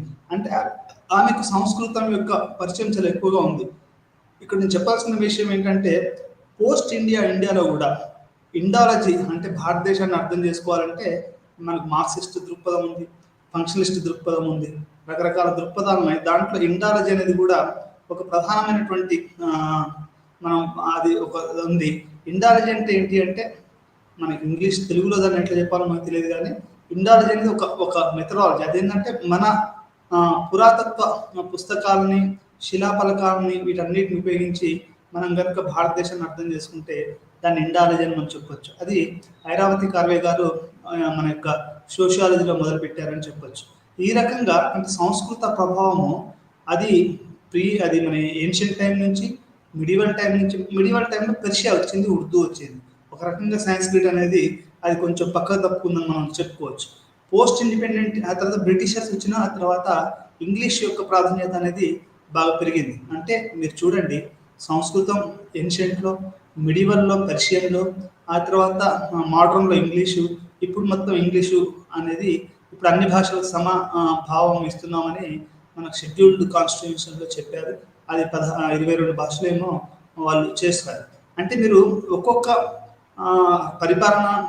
పరిపాలనతో కూడుకున్నటువంటి లాంగ్వేజ్ ఇప్పుడు హిందీ భాషకు ఎక్కువ ఇస్తున్నారు అనేది కొత్త ఎడ్యుకేషన్ సిస్టంలో కూడా మన హిందీ భాషను రుద్దాలని చూస్తున్నారు అమిత్ షా, ఈ మోడీ గారు అని ఒక ప్రొటెస్ట్ జరుగుతుంది. ఎందుకు చెప్తున్నానంటే ఆలోచన విధానం అనేది, సామాజిక శాస్త్ర ఆలోచన విధానం అనేది సంస్కృతము, హిందీ ఇట్లాంటి కాదు. ఇక్కడ తెలుగు వర్నాక్యులర్ లాంగ్వేజెస్ ఉన్నాయి, మలయాళం ఉంది, వేరే లాంగ్వేజెస్ ఉన్నాయి, తెలుగు ఉన్నాయి. హిందీని రుద్దితే అసలు మనం తమిళనాడు మొత్తం విడిపోతుందని కమల్ హాసన్ ఆ మధ్యలో చెప్పాడు. అంటే ఎందుకు ఇవన్నీ చెప్తున్నానంటే ఇక్కడ ఆలోచన స్రవంతి మన యొక్క వేదాలు, ఆ తర్వాత ఇవన్నీ ఎట్లా ఉన్నాయని చెప్పడానికి, ఏ భాషలో రాయబడ్డాయని చెప్పడానికి ఇవన్నీ చెప్తున్నాను. అయితే ఇక్కడ భారతదేశ సామాజిక శాస్త్ర ఆలోచన అంటే మీరు 2 విషయాలు గుర్తుపెట్టుకోవాలి. ఒకటి వేదిక ఆలోచన, రెండోది ఒకటేమో అద్వైత ఫిలాసఫీ, ఒకటేమో ద్వైత ఫిలాసఫీ. ఈ అద్వైత ఫిలాసఫీ అనేది భారతదేశంలో ఒక ఫిలాసఫికల్గా ఇప్పుడు భారతీయ తత్వశాస్త్రం అంటే ద్వైత అద్వైత అని మనం చెప్పుకోవచ్చు. అంటే మనం మనిషి పుట్టుక ఏంటి, అసలు మనిషికి మనిషికి ఏమంటారు దాన్ని విముక్తి ఉందా, ఆ మనిషి దేవుడు ఉన్నాడా లేదా, ఇట్లాంటి వాటన్నిటిని కూడా ఆలోచించారు మన భారతీయ శాస్త్రవేత్తలు. అది మనకు మొదటి నుంచి మొదలు పెట్టుకుంటే అది శంకరాచార్యుడు కానివ్వండి, లేకపోతే వివేకానందుడు కానివ్వండి, లేకపోతే మధ్వాచార్యుడు కానివ్వండి, ఆ తర్వాత మిగతా వాళ్ళు కూడా ఈ ద్వైత అద్వైత సిద్ధాంతాల ఫిలాసఫీ ద్వారా అంటే ఇండియన్ ఫిలాసఫీ, భారతీయ తత్వశాస్త్రం ద్వారా మనం భారతీయుల ఆలోచన ఎట్లా ఉండేది అనేది మనం అర్థం చేసుకోవచ్చు. మీరు అద్వైతాన్ని అన్నారనుకోండి, అద్వైత ఫిలాసఫీ అనేది భారతదేశంలో ఒక రకంగా ప్రాచుర్యంలో ఉంది అని మనము చెప్పుకోవచ్చు. అద్వైత అంటే ఏంటి అంటే ద్వైతం కానిది, అంటే డ్యూయల్ కానిది, అంటే సింగిల్ అని. దీని యొక్క ఆలోచన ఏంటంటే మనిషి అనేవాడు మోక్షం పొందొచ్చు, మనిషి అనేవాడు భగవంతుని సృష్టి, భగవంతుడు మనిషి వేరువేరు కాదు, మనిషి భగవంతుడే తన రూపంలో మనిషిని సృష్టించాడని అంటే మోనోథిక్ రిలీజన్ కూడా మనం అద్వైతం చెప్పుకోవచ్చు. ఇది శంకరాచార్యుడు చెప్పాడు. శంకరాచార్యుడు కార్తిక్ అనే ఒక యంగ్ సోషియాలజిస్ట్ చెప్పిన దాని ప్రకారము అతను ఈ యొక్క మత విషయాలలో చాలా ఎక్కువ చదివిన వ్యక్తిగా హైదరాబాద్ సెంట్రల్ యూనివర్సిటీలో చదువుకున్నటువంటి కార్తిక్ అనే ఒక సోషియాలజిస్ట్ ఏం చెప్తున్నాడు అంటే ఈ యొక్క శంకరాచార్యుని టైంలోనే శంకరాచార్యుడు ఈ యొక్క శివుని గురించి రాశాడు. ఆయన ఒక దళితుని కాలను గడగడము అంటే మనుషులంతా ఒక్కటే,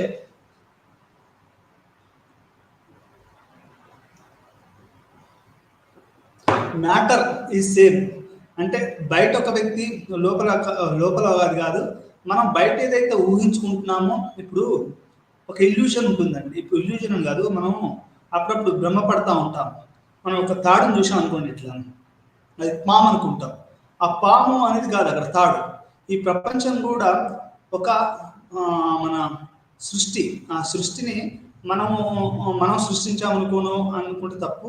ఇది దేవుని సృష్టి, మనం కూడా దేవునిలో ఒక భాగమే, అందరూ సమానమే అనే అద్వైత సిద్ధాంతం అనేది ఈ రకంగా చెప్తుంది. అంటే అద్వైత ఏం చెప్తుంది అంటే దేవుని యొక్క సృష్టే మనిషి ప్రకృతి మనిషి అని చెప్తుంది. రెండు అనేది అంటే ప్రకృతి వేరు, మనిషి వేరు. మనిషి ప్రకృతిని స్పర్శించడం, అర్థం చేసుకోవడం అంటే ఏముండదు అనేది అద్వైత సిద్ధాంతం చెప్తుంది. ఆ తర్వాత భారతదేశంలో ద్వైత సిద్ధాంతం ఏం చెప్తుంది అంటే మనిషి వేరు, అతను అనుకున్నటువంటి దేవుడు ఏదైతే దేవుని గురించి ఆలోచన అది వేరు అనేది ఈ ద్వైత సిద్ధాంతం చెప్తుంది. మధ్వాచార్యులు గారు చెప్తారు. ఈ మధ్వాచార్యులు గారు అతని యొక్క సిద్ధాంతాన్ని వివరించడం అనేది జరుగుతుంది. ఆ తర్వాత విశిష్టాద్వైతం మనకు తెలంగాణలో మన ప్రధానమంత్రి గారు వచ్చి విశిష్టాద్వైత ఒక విగ్రహాన్ని, ప్రపంచంలోనే అతిపెద్ద విగ్రహాన్ని మన నల్గొండలో అది ఓపెన్ చేయడం జరిగింది. విశిష్టాద్వైతం ఏం చెప్తుంది అంటే ఆయనే అనుకుంటారు ఈ యొక్క అది మంత్రాన్ని అందరికీ టెంపుల్లో ఉండి అందరికీ చెప్పినటువంటి వ్యక్తి. ఆ మంత్రం నాకు గుర్తు రావట్లేదు. అది అందరికీ సమానం. అది ఈ మంత్రం అనేది అందరికి సంబంధించింది, ఇది ఒక బ్రాహ్మణులకు సంబంధించింది కాదని అందరికీ వివరించి చెప్పినటువంటి వాడు ఈ యొక్క ఇప్పుడు మనకు సమతామూర్తి అయినటువంటి అతను ఈ రకంగా మనకు అంటే ద్వైతము, అద్వైతము, విశిష్టాద్వైతము. ఇప్పుడు నేను చాలాసార్లు చదివాను ఈ యొక్క ద్వైతము, అద్వైతము, విశిష్టాద్వైతము గురించి. కానీ నాకు పెద్దగా ఎప్పుడు కూడా అది గుర్తుండేది కాదు. అంటే దాంట్లో చాలా నేను ఏదో మామూలుగా చెప్పాను మీకు అర్థం చేసుకోవడానికి, కానీ దాంట్లో లోతు వెళ్తే ఇంకా చాలా చాలా విషయాలు ఉంటాయి. మన వివేకానంద గారు ఏం చెప్పారు, మిగతా వాళ్ళు ఏం చెప్పారు అనేది చాలా చాలా విషయాలని చాలా లోతుగా మనం ఈ యొక్క ఇండియన్ ఫిలాసఫీని అర్థం చేసుకోవాలి. ఎందుకు అంటే ఇండియన్ ఫిలాసఫీని ఎందుకు లోతుగా అర్థం చేసుకోవాలి అంటే మనకు ఇప్పుడున్నటువంటి దాని ప్రకారము వెస్ట్లో ఉన్నటువంటి ఫెమినిస్టులు కానివ్వండి, ఒకటి హెగెల్ లాంటి వాళ్ళు. ఇప్పుడు హెగెల్ తీసుకుంటే mind has innate capability of knowledge system అంటాడు. అంటే mind has innate capability of knowledge అని ఆయన చెప్తాడు. అయితే ఇక్కడ perceiving, mind has a innate capability of perceiving truth అనేది చెప్తాడు. దానికి ఇప్పుడు మనం ఆ ఆలోచన అనేది మైండ్కి ఉంటుంది అని చెప్తారు. కానీ మార్క్సిస్టులు అలా చెప్పారు. మార్క్సిస్టులు ఏం చెప్తారంటే మనిషికి సమాజానికి మన ప్రకృతికి జరిగినటువంటి సంఘర్షణలో మానవ మేధస్సు అభివృద్ధి చెందింది అనేది మార్క్సిస్టులు చెప్తారు. ఫెమినిస్టులు ఇంకో కోణంలో చెప్తారు, స్త్రీవాద కోణం నుంచి. అసలు మొత్తం పురుషాహంకరం అనేది ఈ నాలెడ్జ్ సిస్టమే తప్పు. ఎపిస్టమాలజీ, ఈ జ్ఞాన సిద్ధాంతం కూడా ప్యాట్రియార్కల్, ఆండ్రోసెంట్రిక్ అని కూడా వాళ్ళు చెప్తారు. మన మెథడాలజీ కానీ మనం అర్థం చేసుకునే విషయాలు కానీ. అంటే ఇక్కడ భారతీయ జ్ఞాన సిద్ధాంతాలు, భారతీయ వాజ్మయము, భారతీయ సంస్కృతి, కళలు, ఆర్ట్, మ్యూజిక్ ఇవన్నీ కూడా సంస్కృతిలో ఉన్నాయి. అది బ్రాహ్మణికల్ టెక్స్టులుగా మనం చెప్పుకోవచ్చు. అది డికోడ్ చేయడం అనేది చాలా చాలా ప్రజల భాష వేరుగా ఉంది. అక్కడ రాజుల భాష దైవ భాషగా ఒక ఎలిట్ ఒక సెక్షన్కి మాత్రమే సంస్కృతి అయింది. చాలా విషయాలు అంతెందుకు అంబేద్కర్ గారు కూడా సంస్కృతి చదివితే చెవులో సీసం పోసే రోజులు ఆ రోజులలో. అంటే ఒక దళిత పిల్లోని, ఒక దళిత అమ్మాయిని దగ్గరకు రానివ్వకపోవడం అనేది ఆ రోజులలో ప్రధానంగా జరిగేది మనం చెప్పుకోవచ్చు. ఇది ద్వైత, అద్వైత, విశిష్టాద్వైత అనేది భారతీయ సామాజిక ఆలోచన పరంపర అని మనం చెప్పుకోవచ్చు. దీంట్లో శంకరాచార్యుడు ఉన్నాడు, మధ్వాచార్య ఉన్నాడు, ఆ తర్వాత ఉన్నటువంటి వేరే వాళ్ళు కూడా ఉన్నారు. అమర్త్య సేన్ కూడా ఒక గ్లోబలైజేషన్ అండ్ ఇట్స్ క్రిటిక్ ఏం రాశాడు అంటే మనం గుడ్డిగా ప్రపంచీకరణను వ్యతిరేకించవచ్చు. ఎందుకంటే మన జీరో, మన ఆర్యభట్టుడు ఈ మధ్యలో నేను బాగా చదువుతుంటాను. ఏంటి ఆర్యభట్టుని గురించి, ఆ తర్వాత చెరుకుని గురించి, వీళ్ళ గురించి బాగా వాళ్ళంతా సైన్స్లో రాశారు. ఇప్పుడు మనం మాట్లాడే ఈ డిజిటల్ టెక్నాలజీని ఆర్యభట్టుడు ఆ రోజుల్లోనే కనుక్కున్నాడు. అంటే ఆ మెగాబైట్స్ అది ఎట్లా పనిచేస్తుంది అని సాంస్క్రిట్లో రాశారు. ఒక జర్మన్ ప్రొఫెసర్ దాన్ని వాడాడు, దాన్ని డీకోడ్ చేశాడు. అంటే మనకి ఈ మెటా ఎట్లా జరుగుతుంది అనేది ఆ రోజుల్లో రాయడం, సాంస్క్రిట్లో రాయడం అనేది జరిగింది. అయితే ఇది మనకు జ్ఞానం మొత్తం కూడా బ్రాహ్మణ సంస్కృత రంగాలలో ఉండేది. ఆ తర్వాత అది పాలి భాషలో బుద్ధుడు కొంత ప్రయత్నం చేశాడు. ఎందుకంటే ఇవన్నీ ఆలోచనల సరళులు. మీరు అనొచ్చు, ఇంతసేపు ఎందుకు చెప్తున్నారు సార్ ఈ యొక్క సంస్కృతం గురించి, పాలి భాష గురించి, లేకుంటే మిగతా వాటి గురించి అంటే ఈ ద్వైత, అద్వైత, విశిష్టాద్వైత ఇవన్నీ కూడా సంస్కృత బ్రాహ్మణీయ ఆలోచన విధానమే మన యొక్క భారతదేశంలో ఒక సామాజిక ఆలోచన విధానంగా వచ్చింది. ఆ తర్వాత చాలా చాలా ఉద్యమాలు వచ్చాయి. ఎట్లా అంటే మొఘలు వచ్చిన తర్వాత భారతదేశంలో ఒక రకమైనటువంటి ఆలోచన ఉంది. ఆ తర్వాత బ్రిటిషర్స్ వచ్చారు. వాళ్ళ రాకతోటి అసలు భారతీయ యొక్క ఆలోచన మొత్తం, ఇప్పుడు మనం సూటు బూట్ వేసుకోవడము, మన ఆలోచన విధానం కూడా మొత్తం మారిపోయిందని మనం ఒక రకంగా చెప్పొచ్చు. అంటే మొఘళ్ళ రాకతోటి ఒక రకంగా పర్షియన్ ఇన్ఫ్లుయెన్స్లు, ఆ తర్వాత బ్రిటిషర్స్ రాకతోటి ఇంకొంచెం మన యొక్క ఆలోచనలు వెస్టర్నైజేషన్, సెక్యులరైజేషన్ ఇవన్నీ కూడా జరిగి మన ఆలోచన విధానాలనే, మన ఆలోచన పరంపరలు అనేటివి చాలా స్పీడ్గా మారుతున్నాయని చెప్పొచ్చు. ఒకప్పుడు దళితులు అసలు చదువుకోవడానికి అవకాశం లేదు. ఈరోజు దళితులు చదువుకోవడం కాదు, ప్రొఫెసర్లు, డాక్టర్లు, లాయర్లు, ఇట్లా పెద్ద పెద్ద సామాజిక హోదాలలో వాళ్ళు ఉంటున్నారు. అంటే ఇక్కడ ఎందుకు మార్పు అనేది చాలా శరవేగంగా, ఆ తర్వాత ఈ యొక్క పాత భారతీయ సామాజిక శాస్త్ర ఆలోచన కాకుండా కొత్త కొత్త సామాజిక ఆలోచనలు అనేవి జరుగుతున్నాయి. సంస్కరణ కోసం సామాజిక పరమైన ఉద్యమాలు, దీంట్లో 3 రకాలైనటువంటి ఉద్యమాలు అని మనం చెప్పుకోవచ్చు. ఒకటేమో రిఫార్మిస్ట్ మూమెంట్. రిఫార్మిస్ట్ మూమెంట్ అంటే ఆర్య సమాజ్ను మనం చూసినట్టయితే అది ఒక ఆర్య సమాజ్ అనేది ఒక రిఫార్మిస్ట్ మూమెంట్గా మనం చెప్పొచ్చు. రామకృష్ణ ఆర్య సమాజ్, రామకృష్ణ మిషన్, ఆ తర్వాత రివైవల్ మూమెంట్, దయానంద సరస్వతి, వీళ్ళందరూ కూడా ఒక రివైవల్ మరియు ఒక సమాజం చూసిన వాళ్ళు. వీళ్ళు ఏం చెప్తారు అంటే, ఎప్పుడైతే బ్రిటిషర్స్ వచ్చారో నాకు తెలిసి బ్రాహ్మణిజం అనేది భారతదేశంలో ఒక రకమైనటువంటి ఒక క్రైసిస్ను ఎదుర్కొందని చెప్పొచ్చు. ఒక అంటే అటు ముస్లిం పరిపాలన ఎక్కువ, మొఘళ్ళ పరిపాలన తర్వాత బ్రిటిషర్స్ వచ్చిన తర్వాత ఇక్కడ బ్రాహ్మణ శక్తులకి ఒక ఊపిరి ఆడలేదు అనేది మనం అర్థం చేసుకోవాల్సినటువంటి విషయం.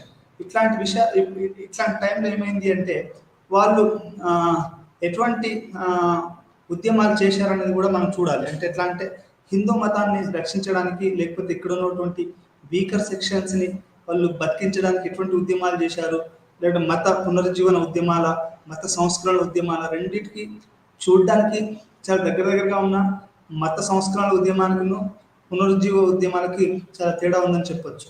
దయానంద సరస్వతి, స్వామి వివేకానంద ఇవన్నీ కూడా రివైవల్ మూమెంట్ అయితే, ఆర్య సమాజ్ అనేది మీకు రిఫార్మిస్ట్ మూమెంట్ అనేది చెప్పుకోవచ్చు. ఆర్య సమాజ్కి 2 రకాలైనటువంటి అవి ఉన్నాయి. ఒకటేమో చదువుకున్న హిందువులు ఏదైతే ఉందో, educated Indian Hindus should work for the weaker sections, అంటే ఇక్కడ ఉన్నటువంటి గిరిజనులు, దళితులు, బీసీల గురించి వాళ్ళు పనిచేయాలనేది ఆర్య సమాజ్ మొదటి సిద్ధాంతం. రెండో సిద్ధాంతం రామకృష్ణ మిషన్ అంటే కూడా అదే సిద్ధాంతం. రెండోది ఏంటి అంటే ఈ యొక్క అద్వైత సిద్ధాంతాన్ని అది ప్రజల్లోకి తీసుకెళ్ళడం, ఎస్పెషల్లీ వెస్టర్నర్స్లోకి తీసుకెళ్ళడం. అద్వైత సిద్ధాంతం ఏం చెప్తుంది, ఒరే బాబు, ఈ యొక్క దేవుడు మనిషి అనేది వేరు కాదు, మనమంతా ఒకే పదార్థం నుంచి వచ్చాము, ఈ యొక్క పదార్థాన్నే మనం అర్థం చేసుకోవాల్సినటువంటి విషయం. డ్యూయలిజం అనేది ఏం లేదు, మనిషి వేరు బయట మ్యాటర్ వేరు అనేది కాదు, ఇది అనేది అదొక సిద్ధాంతం అనేది ద్వైత సిద్ధాంతాన్ని వాళ్ళు ఉన్నాయి. అంటే ఈ రకంగా ఒక రామకృష్ణ మిషన్ యొక్క ప్రధానమైనటువంటి ఉద్దేశం ఏంటి అంటే, స్వామి వివేకానంద రామకృష్ణ మిషన్ యొక్క ప్రధాన ఉద్దేశం ఒకటి, చదువుకున్న ఎడ్యుకేటెడ్ పీపుల్ని ఎన్లైటన్ చేసేసి అక్కడ ఉన్నటువంటి వీకర్ సెక్షన్స్ని వాళ్ళు హెల్ప్ చేయడం అనేది మొదటిది. రెండోది ఏంటి అంటే ఇక్కడ ఉన్నటువంటి వ్యక్తుల మన ఏంటి ఒక విదేశాలకి మనకు అద్వైత సిద్ధాంతాన్ని వెస్టర్నర్స్కి వివరించడం అనేది రెండవ కోణం అనేది మనము ఇక్కడ చెప్పుకోవాల్సినటువంటి విషయం. ఈ 2 కోణాలు అనేటివి రామకృష్ణ మిషన్ అనేది చాలా ప్రభావవంతంగా పనిచేస్తుంది. దీంతో పాటుగా వివేకానందుడు, రామకృష్ణ, ఆ తర్వాత దయానంద సరస్వతి గురించి మీకు చెప్పుకోవాలి. దయానంద సరస్వతి గురించి మీకు చెప్పాలి అంటే, అతను హిందూ క్రిస్టియన్ కాలేజెస్ను ఓపెన్ చేశాడు. ఆయన ఏమంటాడు అంటే, ఈ క్రిస్టియన్ విలువలతో హిందూ మతం కూడా మారాలి అని చెప్పేసి ఆంగ్లో హిందూ కాలేజెస్ని నార్త్ ఇండియా మొత్తంలో మొదలుపెట్టాడు. అంటే మన యొక్క విగ్రహారాధనను వ్యతిరేకించడము, ఆ తర్వాత వితంతు వివాహాలు అనేది మీరు గుర్తుపెట్టుకోండి. ఒకప్పుడు ఒక భర్త చనిపోతే సతి అనేది ఉండేది భారతదేశంలో.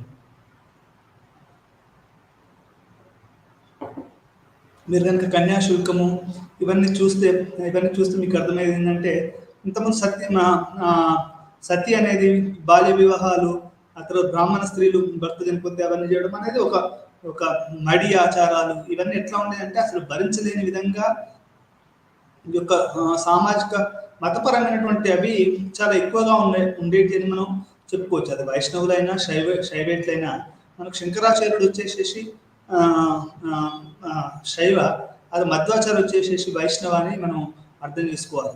అంటే వైష్ణవ యొక్క మరియు శైవ మతాల మధ్య ఒక ఘర్షణ, అంటే షియా సున్ని, లేకుంటే ఇంకా దళితులలో ఇంకో గిరిజనులలో ఎట్లా అవుతూ ఉందో బ్రాహ్మణ వర్గాలలో కూడా ఈ శైవ ఈ యొక్క ఒక మరియు బ్రాహ్మణ మన వైష్ణవ మతాల అంటే రెండు స్ట్రీమ్స్.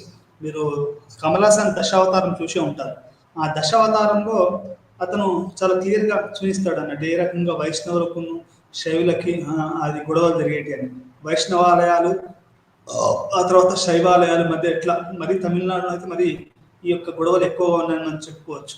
అంటే నాకు అర్థమైంది ఏంటంటే ఒక భారతీయ సమాజాన్ని నేను అర్థం చేసుకున్న ఒక సోషాలిస్ట్ ఏం అర్థం చేసుకున్నానంటే, వైష్ణవులు చదువులు విద్యలో వైష్ణవ వాళ్ళు క్రియేటివిటీ అంటే ఒక సృజనాత్మక రంగంలో ఎక్కువగా ఉన్నారని మనం అంటే విద్య దీంట్లో ఎక్కువగా ఉన్నారు. శైవులేమో అడ్మినిస్ట్రేషన్లో ఉన్నారనేది, అంటే రాజులుగా పరిపాలన విధంగా ట్యాక్స్ కలెక్షన్ చేయడంలో ఇందులో శైవ ఆలోచన అనేది చాలా స్పష్టంగా నాకు అర్థం చేసుకున్నది అది. ఇప్పుడు వెంకటేశ్వర స్వామి ఏమో వైష్ణవుడు, ఆ తర్వాత మిగతా కాశీ విశ్వనాథుడేమో శివాలయం. ఇట్లా అంటే ఈ రెండు రకాలైనటువంటి స్ట్రీమ్స్, ఆలోచనలు, మేధోపరమైనటువంటి విషయాలు, ద్వైతాలు అద్వైతాలు, అసలు ఇవన్నీ కూడా ఒక మనం చాలా అంటే నేనేదో పైకి చెప్తున్నాను, కానీ చాలా లోతుగా మనం వీటిని అర్థం చేసుకోవాల్సినటువంటి విషయం. ఇవి ఏదో ఒక మాటలో చెప్పుకుంటే పోయేటి కాదు. అంటే దీంట్లో మళ్ళీ మీకు భారతదేశ ఆలోచన విధానం అంటే ఇదేంటి వీళ్ళు కూడా వస్తారు, మన వాళ్ళు ఎవరు హేతువాదులు కూడా వస్తారు, వాళ్ళు చార్వాకులను కూడా చెప్పొచ్చు.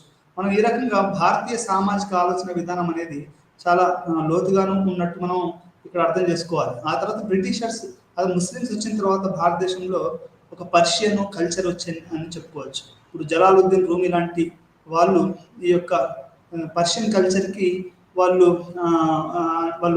మత్వాని అని ఒక రాయడము, అది దాంట్లో చాలా పోయమ్స్ రాయడము. సూఫీ కల్చర్ అనేది, సూఫీ తత్వం అంటే ఏంటి అంటే ప్రేమ ద్వారా మాత్రమే మనిషిని సమాజాన్ని మార్చొచ్చు అనేది సూఫీ సిద్ధాంతం. ఎప్పుడైతే ఇస్లాం భారతదేశంలోకి వచ్చిందో ఈ సూఫీ మతం అనేది చాలా ప్రభావవంతంగా ప్రజల్లోకి వెళ్ళింది. మీరు పల్లెటూర్లలో చూస్తే, లేకుంటే తండాలలో అక్కడిక్కడ చూస్తే చాలా దర్గాల దగ్గర మీకు దళితులు, గిరిజనులు, బీసీలు, మైనారిటీలు, స్త్రీలు, పిల్లలు, రోగస్తులు ఇట్లాంటివన్నీ కూడా నిన్న మా అక్క ఫోన్ చేసి చెప్తుంది, నేను అన్నారం దర్గా దగ్గర ఉన్నాను రా అని. అదొక దర్గా, సూఫీ దర్గా. సూఫీ సెయింట్స్ అనేవాళ్ళు, సూఫీ అంటే సఫా అనే ఒక సఫా అంటే తెల్ల వస్త్రం అని చెప్పొచ్చు. ఆ తెల్ల వస్త్రాన్ని ధరించిన వాడు అని చెప్పొచ్చు. అంటే దేవునికే అంకితమైన వాడు, లేకుంటే ప్రేమనే నమ్మినవాడు అని చెప్పొచ్చు. ఈ యొక్క ఇస్లాం రాకతో భారతదేశంలో ఒక సూఫీ ఉద్యమము మొదలైంది. దాని భక్తి ఉద్యమం కూడా అదే టైంలో హిందూ మతంలో మొదలైంది.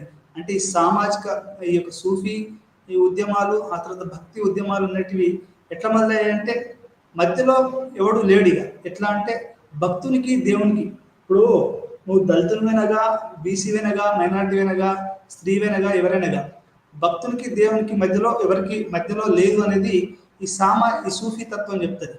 అంటే you are directly related to the God. నువ్వు మంచి పని చేస్తే నీకు మోక్షం ఉంటుంది, నీకు పునర్జన్మ నుంచి నీకు విముక్తి ఉంటుంది.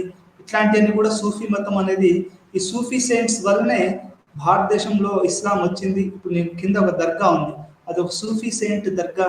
అది మతపరమైనటువంటి ఉద్యమం. అంటే ప్రేమ ద్వారా మాత్రమే సమాజాన్ని, మనుషుల్ని మార్చొచ్చు అనేది ఈ యొక్క సూఫీ ఉద్యమం అనేది నాకు చెప్తుంది. దాని ఉద్యమంతో మన కబీర్ వచ్చాడు. ఈ కబీరు ఒక కబీర్ పోయం చెప్తాను మీకు. ఆయన ఏం చెప్తాడు అంటే, కొండనెందుకు రాయినెందుకు పూజిస్తావు, రాయిని పూజిస్తే దేవుడు అవపడితే నేను కొండనే పూజిస్తానని అని హిందూ మత ఆచారాన్ని, అరే అల్లా ఒక్కరని ఎందుకు అరుస్తావు, దేవుడు అని చెబుతాడని ఈ యొక్క ముస్లింలని ఆయన వ్యంగ్యంగా ఆ కవితను రాయడం జరిగింది.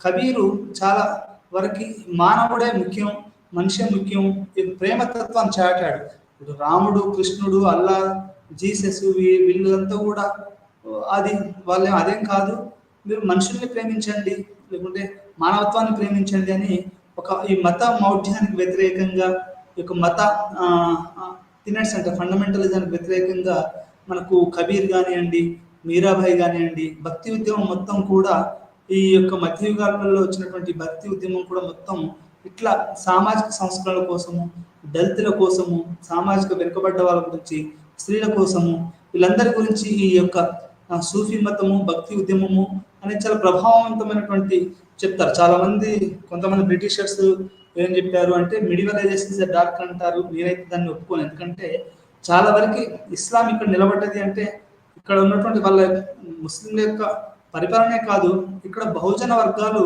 ఈ యొక్క హిందూ మతం అంటే అందరు కాదు, బ్రాహ్మణీయ సమాజంలో ఒక రకంగా వాళ్ళు అణచివేయబడతా ఉండే. అటువంటి మతపరమైనటువంటి ఒత్తుల నుంచి రావడన్నప్పుడు ఇస్లాం నిలబడ్డది అని మనం అర్థం చేసుకోవాల్సినటువంటి విషయం. దాంతో పాటు ఇక్కడ మీరు అర్థం చేసుకోవాల్సింది ఏంటంటే సిక్కిజం ఉంది. సిక్కు గురునానక్ అనేవాడు. గురునానక్ చిన్నప్పుడే వాళ్ళ నాన్న ఏదో తీసుకురా పోరా అని కొట్టుకు పంపిస్తే 10 రూపాయలు ఒక పేదలకు ఇచ్చినాడు. అంటే చిన్నప్పటి నుంచి మత భావాలు ఎక్కువ ఉన్నటువంటి గురునానక్ కూడా ఈ యొక్క సిక్కు మతాన్ని ఆయన అవలంబించాడు. దాంట్లో గొప్పతనం ఏంటి అంటే అటు ముస్లిము మరి హిందూ రెండు విశ్వాసాలు కూడా కలిసి ఈ యొక్క సిక్కు మతం ఉంది అని మనం ఇక్కడ అర్థం చేసుకోవాలి. అంటే మొదట్లో భారతదేశంలో యాన్షియంట్ టైంలో సంస్కృతము, వాజ్మేయము, కార్ట్, కల్చరు ఇదంతా కూడా ఉండేది. ఆ తర్వాత బుద్ధుడు దాన్ని కొంచెం పాలీ భాషలో, సాదాసీదా భాషలో చెప్పడం అనేది జరిగింది.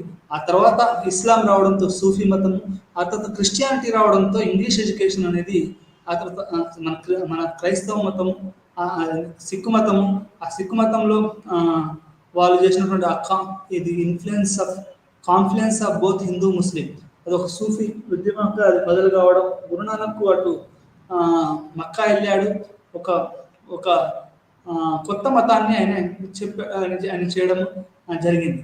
ఈ రకంగా మత ఉద్యమాలు అనేటివి మధ్యయుగాలలో, ఆధునిక యుగంలో ఒక ఉద్యమ రూపంలో వచ్చి సమాజాన్ని మార్చాలి. మరీ ముఖ్యంగా టార్గెట్ ఏంటి అంటే స్త్రీలు అనేది ఒక థర్డ్, అసలు వాళ్ళకు ఒక పౌరులకు ఉండే కనీస గౌరవము, స్వేచ్ఛ అనేది ఉండకపోయేది అనేది మనం అర్థం చేసుకోవాల్సినటువంటి విషయం. అట్లాంటి పరిస్థితులలో ఈ యొక్క సామాజిక మతపరమైనటువంటి ఉద్యమాలు అనేటివి అది వీకర్ సెక్షన్స్ని, మరీ ముఖ్యంగా స్త్రీల మీద కట్టుబాట్లు. ఈరోజు స్త్రీలు చదువుకుంటున్నారు, ఉద్యమాలు చేస్తున్నారు, ప్రొఫెసర్లు అవుతున్నారు, పైలట్స్ అవుతున్నారు, పార్లమెంటు ఎంపీలు, ఎమ్మెల్యేలు అవుతున్నారు, అన్నీ అవుతున్నాయి. ఒకప్పుడు ఈ స్వేచ్ఛ ఉండకపోయేది. మీకు ఇప్పటికీ కూడా మీరు కనుక డాటా చూస్తే ఎక్కువ మంది స్త్రీల మీద ప్రతి 2 minutesకి 3 minutesకి ఒకసారి ఈ యొక్క అమ్మాయిల మీద మనకు రేప్ జరగడం కానీ ఇట్లాంటి జరగడం అనేది మనకు ఎక్కువగా చూస్తూ ఉంటాం. అంటే ఎందుకు జరుగుతుందండి? మనకి ఏంటంటే భారతదేశంలో ఈ యొక్క దాన్ని ఏమంటారంటే ఇంగ్లీష్లో ఏమంటారంటే సప్రెషన్ ఆఫ్ సెక్షువల్ డిజైర్స్, అంటే ఒక లైంగిక స్వేచ్ఛ అంటే లైంగిక స్వేచ్ఛను ఇంగ్లీష్లో ఏమంటారు అంటే సెక్షువల్ ఫ్రీడమ్. ఒకసారి సల్మాన్ రష్దీ అనుకోండి ఏమనంటే a best countries where a couple can have sexual liberty అన్నాడు. అంటే ఈ యొక్క లైంగిక స్వేచ్ఛ అనేది భారతదేశంలో లేదు. అంటే అన్ని రకాల మతాలు స్త్రీలను అణచిపెట్టడం వల్ల ఈ లైంగిక స్వేచ్ఛ అనేది చాలా, అంటే ఈ మతపరమైనటువంటి దాంట్లో అది బలంగా మతపరమైనటువంటిది ఉండడం వల్ల లైంగిక స్వేచ్ఛ అనేది బాగా దెబ్బతిన్నదని మనం చెప్పుకోవచ్చు. ఈ మధ్య కాలంలో మనకి ఎల్జీబీటీ మూమెంట్లు, ఆ తర్వాత గే ఎల్జీబీటీ ఇవన్నీ రావడము, దాన్ని అసలు ఆలోచన విధానాన్ని మార్చవచ్చు. మగవాళ్ళతో సంపర్కం చేసుకోవచ్చు, ఆడవాళ్ళు ఆడవాళ్ళతో చేసుకోవచ్చు, ఆడవాళ్ళు మగవాళ్ళతోటి, మగవాళ్ళతోటి, మగవాళ్ళు ఆడవాళ్ళతోటి, ఇట్లా ఎవరు చేసుకోవచ్చు అనేది కొత్తగా వస్తున్నటువంటి, ప్రపంచీకరణలు వస్తున్నటువంటి ఒక కొత్త మార్పు. ఈరోజు దాని గురించి మన కోర్టు స్వలింగ సంపర్కుల లైంగిక సంబంధాన్ని అయితే ఏమనలేదు, కానీ పెళ్లిని మాత్రం అది సుప్రీంకోర్టు అది అడ్డుకట్ట వేసిందని మనం చెప్పుకోవచ్చు. దాని గురించి కూడా చాలా అది జరుగుతున్నాయి. అంటే స్వలింగ సంపర్కులు ఇవన్నీ ఎందుకు చెప్పుకోవాల్సి వస్తుంది అంటే భారతదేశంలో ఉన్నటువంటి మత సామాజిక పరమైనటువంటి విషయాలు సమాజాన్ని, మనుషుల్ని, వ్యక్తుల్ని, స్త్రీలని, దళితుల్ని, మైనారిటీలని, గిరిజనుల్ని చాలా ఎక్కువగా ప్రభావితం చేస్తున్నాయని మనం ఇక్కడ అర్థం చేసుకోవాల్సినటువంటి విషయం.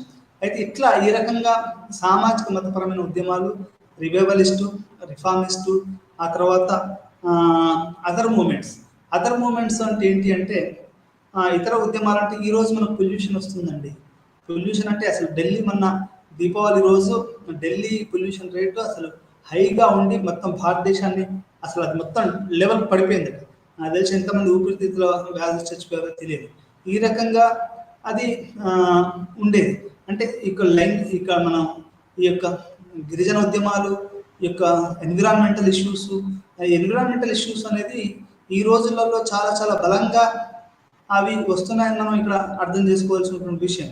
ఇవి కొత్త ఇప్పుడు చెట్టుకు కూడా మతపరమైనటువంటి మా ఫ్రెండ్ ఒకడు రాస్తూ నల్లమల ఏళ్లలో ఏదో అది మన ఖనిజాలు పడ్డాయి, దాన్ని తవ్వుదామని తెలంగాణ ప్రభుత్వం ఆలోచించినప్పుడు ఇక్కడ దేవుడు గిరిజన దేవతలు ఉంటారని ఒక మతపరమైనటువంటి ఒక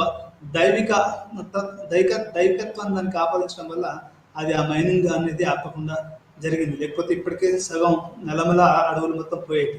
అంటే ఇక్కడ నేను ఎందుకు చెప్తున్నాను ఇదంటే ఈ యొక్క ఎకలాజికల్ డిస్టర్బెన్స్ అనేది చాలా హై లెవెల్లో ఇప్పుడు జరుగుతుందని మనం ఇక్కడ అర్థం చేసుకోవాల్సినటువంటి విషయం. ఈ మతపరమైనటువంటి ఉద్యమాలే కాకుండా రివైవల్, రిఫార్మిస్టు, అదర్ మూమెంట్స్ ఏంటంటే ecological movements, gender movements, regional movements. ఇప్పుడు తెలంగాణ మూమెంట్ ఉంది. తెలంగాణ మూమెంట్ ఎట్లా జరిగింది, ఇది ఎట్లా ఆలోచన విధానం మార్చేసింది, మనకు భారతీయ మార్క్సిస్టు అట్లా ప్రజల యొక్క ఆలోచన విధానం ఏంటి. ఇప్పుడు 1946 నుంచి 48 వరకు తెలంగాణ సాయుధ పోరాటం జరిగిందంటే దాని అర్థం ఏంటండి? దాని అర్థం ఏంటి అంటే ప్రజల యొక్క ఆకాంక్షలు చాలా పెద్దగా ఉన్నాయి. అది ప్రభుత్వాలు దాన్ని ఇప్పుడు టీకే ఉమ్మన్ జేఎన్యూ ప్రొఫెసర్ కూడా చెప్తున్నాడు. ప్రజల ఆకాంక్షలు ఎక్కువగా ఉండడం వల్ల భారత ప్రభుత్వం దాన్ని అందుకోలేకపోతుంది. అంటే ఈ యొక్క పాలకులు వీళ్ళు అందుకోలేకపోతున్నారు కాబట్టి రైతాంగ సాయుధ పోరాటం వచ్చింది తెలంగాణలో. ఆ తర్వాత నక్సలైట్ ఉద్యమాలు వచ్చాయి.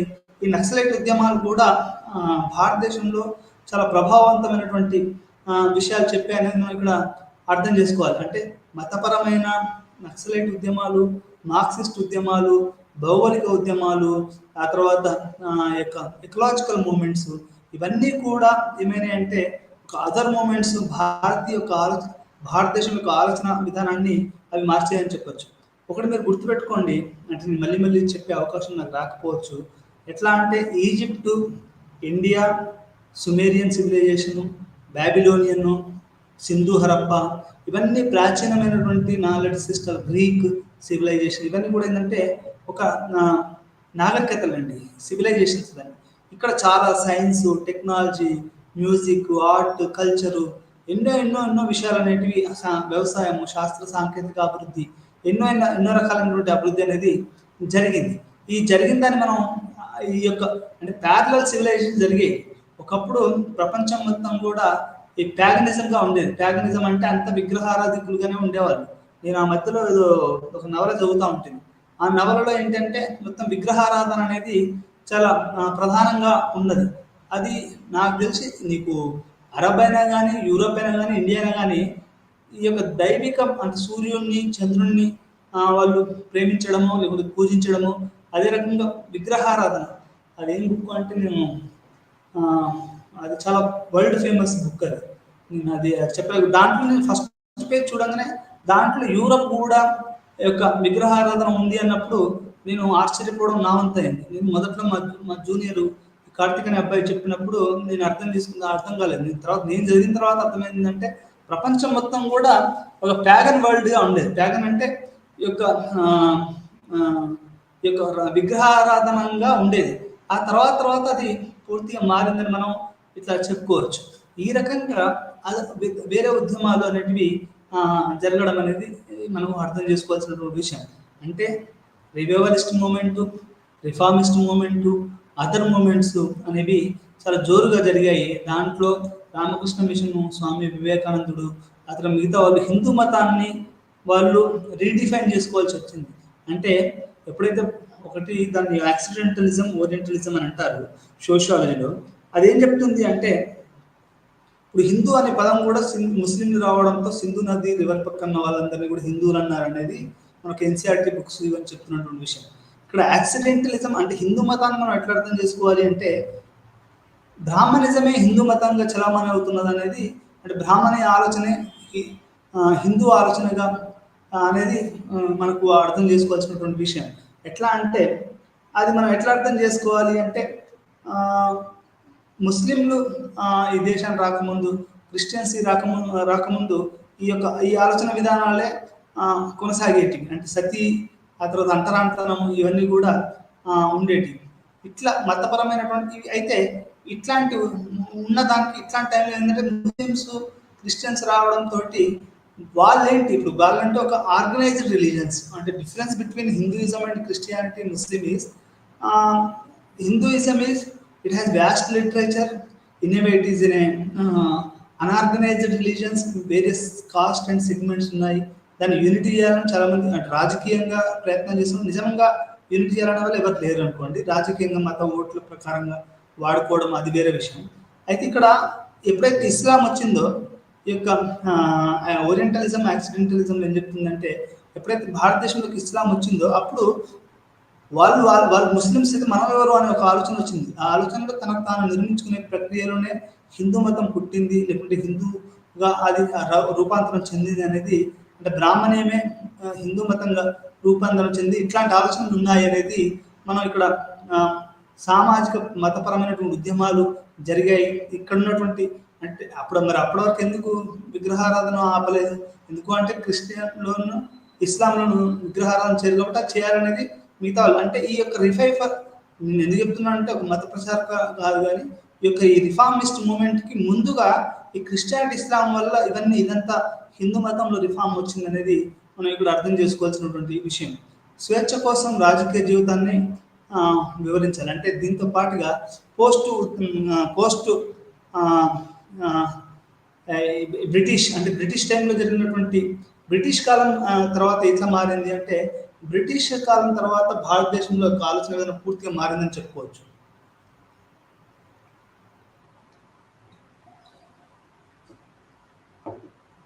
ఏ రకంగా అంటే బ్రిటిష్ వాళ్ళు రావడంతో మనకు భారతదేశంలో ఒక ఇండియన్ మిడిల్ క్లాస్ అనేది ఒకటి ఏర్పడ్డదని మనం చెప్పుకోవచ్చు. ఇండియన్ మిడిల్ క్లాస్ అనేది ఎట్లా ఏర్పడ్డది అంటే ఇప్పుడు బ్రిటిషర్స్కి వాళ్ళకి సేవ చేయడానికి కానీ ఇక్కడ ఐఏఎస్లు, ఐపీఎస్లు, ఆర్మీ వాళ్ళు, క్లర్కులు, ఆ తర్వాత ట్రాన్స్లేటర్స్, ఇక్కడ ఉన్నటువంటి ట్రెడిషన్స్ను, ఆంథ్రోపాలజిస్టులు, సోషియాలజిస్టులు. ఇప్పుడు హేమండార్ఫ్ ఎవరండి? Is a British man. Who is the first sociology of India? Patrick Giddens is a British man, town planar.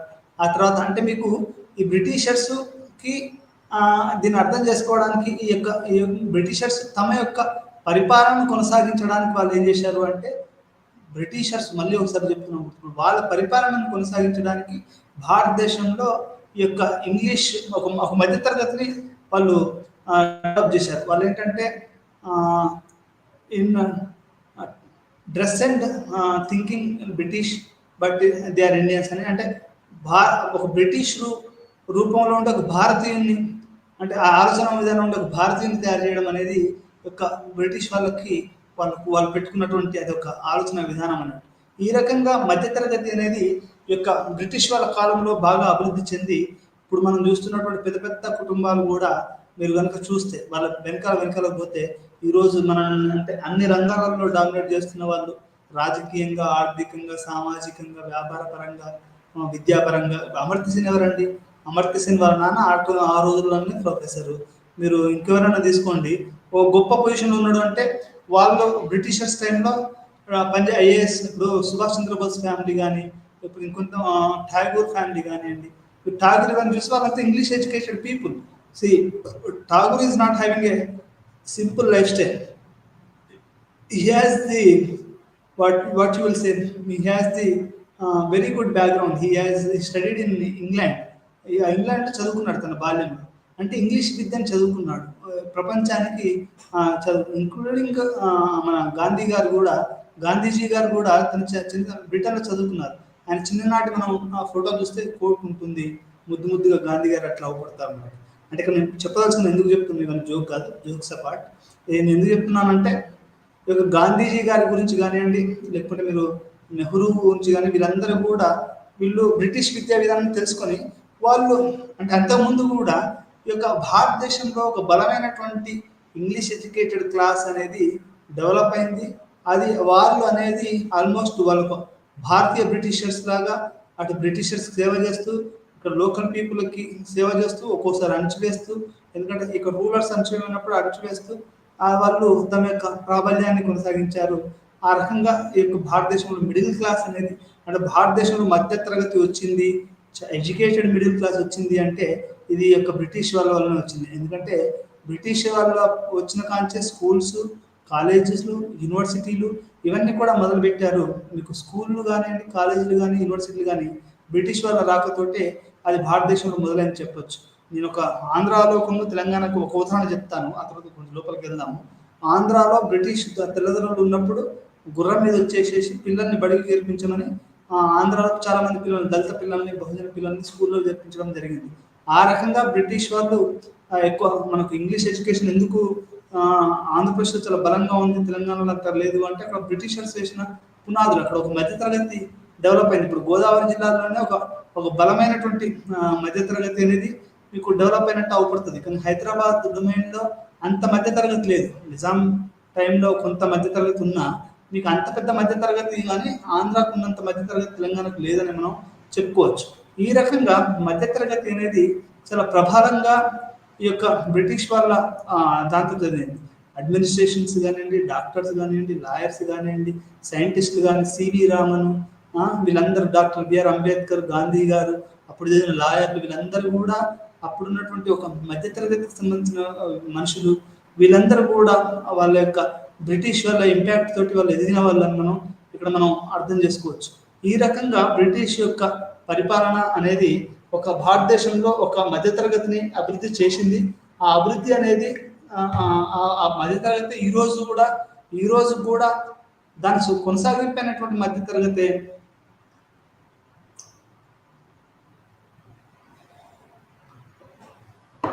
మనకు బలమైన ప్రభావం చూపిస్తుందని మనం ఇక్కడ అర్థం చేసుకోవాల్సినటువంటి విషయం. అదేవిధంగా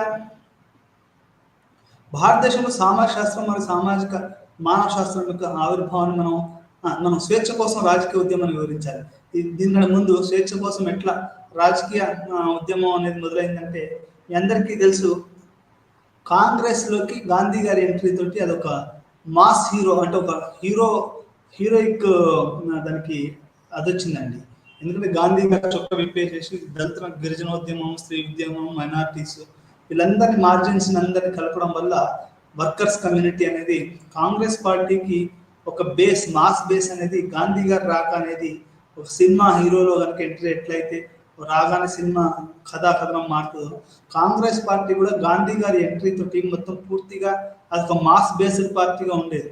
అంతకుముందు ఎలీట్ పార్టీ ఉన్నటువంటి కాంగ్రెస్ పార్టీ గాంధీ గారి రాకతో అదొక మాస్ బేస్డ్ ఒక ఉద్యమంగా మనం మారిందని చెప్పుకోవచ్చు. దాంట్లో ముఖ్యంగా ఏంటంటే రాజకీయ స్వేచ్ఛ కోసం జరిగినటువంటి ఉద్యమాలు, ఆయన కానీ గాంధీ గారు కానివ్వండి, ఆ తర్వాత అంబేద్కర్ కానివ్వండి, నెహ్రూ కానివ్వండి, వీళ్ళందరూ కూడా కాంగ్రెస్లో పనిచేసి ఒక బేస్, ఒక రాజకీయ ఉద్యమం, స్వేచ్ఛ గురించి, స్వాతంత్రం గురించి, జీవనం గురించి బ్రిటిషర్స్ వ్యతిరేకంగా కొన్ని 100 సంవత్సరాల పాటు అనుకోండి. 1857 ఫస్ట్ వార్ ఆఫ్ ఇండిపెండెన్స్ నుంచి 1857 to 1947 అంటే ఆల్మోస్ట్ మీకు 90-100 సంవత్సరాల పాటు రకరకాల దశలో రకరకాలుగా ఈ యొక్క భారతదేశంలో స్వేచ్ఛా ఉద్యమం అనేది జరిగిందని మనం అర్థం చేసుకోవాలి. దానికి గాంధీ గారు, నెహ్రూ గారు, మన తెలంగాణలో అయితే రైతాంగ సాయుధ పోరాటం, ఆ తర్వాత ఆర్ముడ్ స్ట్రగుల్, ఇట్లాంటివి కూడా మనం జరిగాయని మనం ఇక్కడ అర్థం చేసుకోవాల్సినటువంటి విషయం. అంటే గాంధీ గారి రాకతో భారతదేశం యొక్క రూపురేఖలు అంటే మనకు ఆలోచన విధానం అప్పటివరకు నెహ్రూకు, గాంధీకి, పటేల్కి, మిగతా వాళ్ళకి గాంధీ గారికి ఉన్న తేడా ఏంటంటే ఆయన గాంధీని మార్క్సిస్ట్ ఏమంటారు అంటే అది భగత్ సింగ్ విషయంలో చాలా తప్పు చేశాడని చెప్తారు. బిపిన్ చంద్ర ఏం చెప్పాడంటే struggle for freedom, Indian freedom గురించి, history of Indian freedom struggle చెప్తూ ఆయన ప్రిఫేస్ ఏం రాశాడు అంటే Gandhi has taken the Gramscian approach to fight against the British Empire. A fakir has won the battle, he won the mighty battle అని ఒక quotation ఉంది. అంటే ఒక ఫకీర్, ఒక బిచ్చం ఎత్తుకునే ఒక ఫకీర్ కొన్ని 100,000 ఆర్మీలు ఉన్నటువంటి బ్రిటిష్ వాళ్ళకు గెలిచాడు అనేది ఇక్కడ మనకు తెలిసినటువంటి విషయం. అంటే గాంధీ గారి రాకతోటే భారతదేశంలో భారతదేశానికి అంటే ఆ కాంగ్రెస్ పార్టీకి ఒక మాస్ బేస్, ఒక లేబర్ బేస్, ఒక ఉమెన్ బేసు, దళితులు, మైనారిటీలు, గిరిజనులు, స్త్రీలు అనేది రావడం అనేది జరిగింది. ఇప్పుడు మీకు ఎంతకాలము మీరు మొదటి క్యాబినెట్, రెండో క్యాబినెట్, మూడో క్యాబినెట్ అన్ని చూస్తే ఏంటంటే మీకు ఎక్కువగా ఎలిట్ క్లాసే ఉండేవాళ్ళు ఎక్కువగా. ఆ ఎలిట్ క్లాస్ అనే వాళ్ళే మొత్తం రాజకీయాన్ని అన్నిటినీ వాళ్ళు డామినేట్ చేస్తూ ఉండేవాళ్ళు. కానీ దాన్ని మొత్తాన్ని కూడా గాంధీ గారు మార్చారు. ఆయన చొక్కా లేకుండా ఉండడము, బాత్రూమ్లు కడుక్కోవడము, అర్జునోద్ధరణ చెప్పడం, యంగ్ ఇండియా నడపడము, ఆ తర్వాత వ్యాసాలు రాయడము, స్త్రీవాద ఉద్యమాలు, స్త్రీలు వంటలు చేసుకొని ఆ రోజులలో మీరు ఊహించుకోండి 1920s, 30s, 40s, 50sలో ఆడవాళ్ళు అసలు బయటకు వచ్చే అనే సమస్య లేకుండా, అంటే పరదాల చుట్టూ పరదాలు, పరదాల చుట్టూ పరదాలు, ఎన్నో పరదాల వెనుకలు ఉండే ఆడవాళ్ళు ఒక్కొక్క పరద దాటుకుంటూ వాళ్ళు గాంధీ గారి ఆధ్వర్యంలో వాళ్ళు ఉద్యమాలు చేశారు, వాళ్ళు బయటకు వచ్చారని మనం చెప్పుకోవచ్చు. ఈరోజు మనకు మెయిన్ స్ట్రీమ్గా అవపడే స్త్రీలు కానీ, లేకపోతే ఉద్యోగాలు వాళ్ళు చేసేవాళ్ళు కానీ, వీళ్ళంతా రిజర్వేషన్స్, లేకపోతే గాంధీ గారి ప్రభావం వల్ల వచ్చినటువంటి రెండు రకాల స్త్రీలు మనం చూడొచ్చు.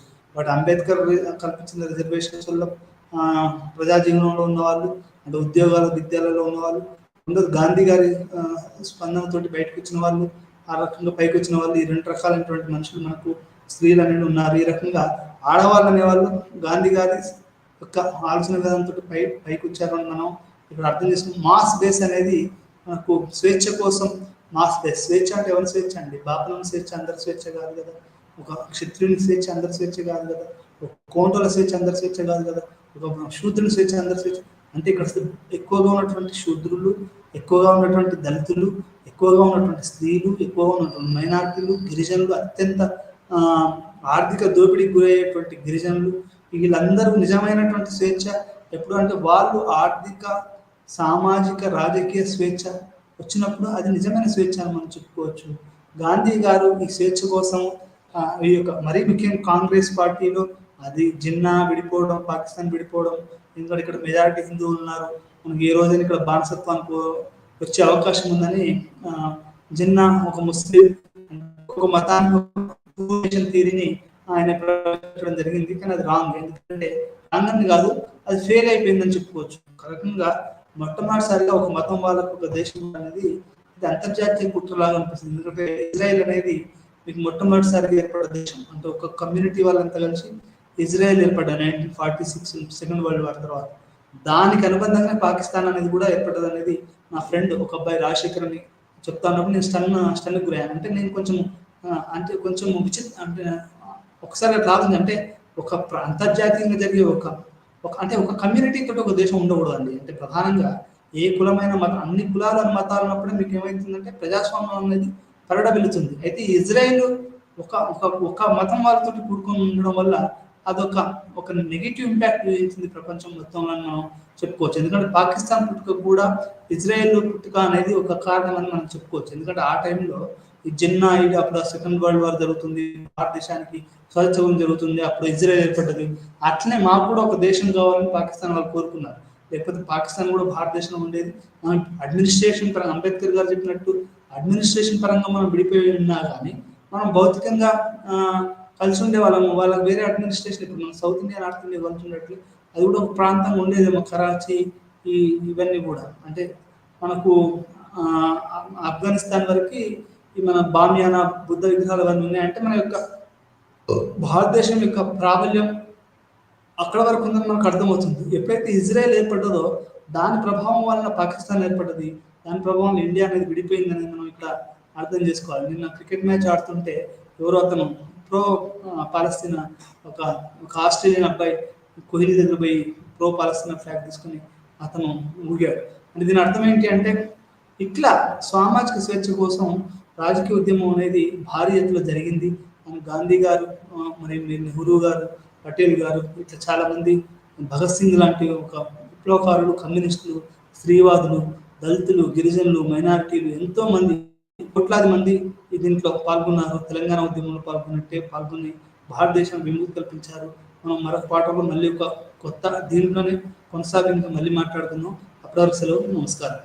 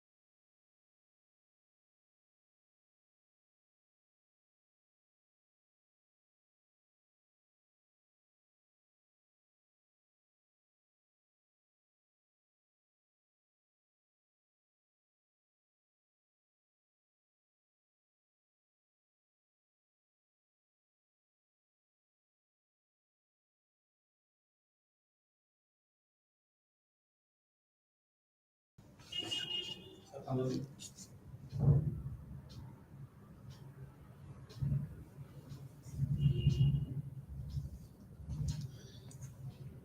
afternoon, everyone.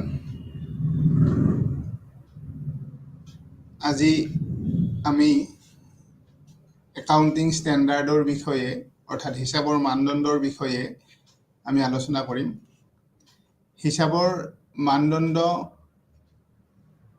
জুখিবৰ কাৰণে গোটেই ভাৰতবৰ্ষত বুলি ক'লে ভুল হ'ব, গোটেই বিশ্বতে এক হিসাব নীতি প্ৰয়োগ কৰিবৰ কাৰণে গোটেই ভাৰতবৰ্ষৰ কেইবাখনো দেশে লগ হৈ এটা অৰ্গেনাইজেশ্যন তেওঁলোকে খুলিছে, এখন কমিটি তৈয়াৰ কৰিছে আৰু সেই কমিটিখনৰ নাম হৈছে ইণ্টাৰনেশ্যনেল একাউণ্টিং ষ্টেণ্ডাৰ্ড কমিটি আৰু আজিকালি সেইটোৰ নাম হৈছে ইণ্টাৰনেশ্যনেল ফিনান্সিয়েল ৰিপৰ্টিং ষ্টেণ্ডাৰ্ড। গতিকে এই কমিটিখনে গোটেই বিশ্বতে যাতে হিচাবৰ মানদণ্ডটো একে হয় সেইটো নিৰূপণ কৰিবৰ কাৰণে তেওঁলোকে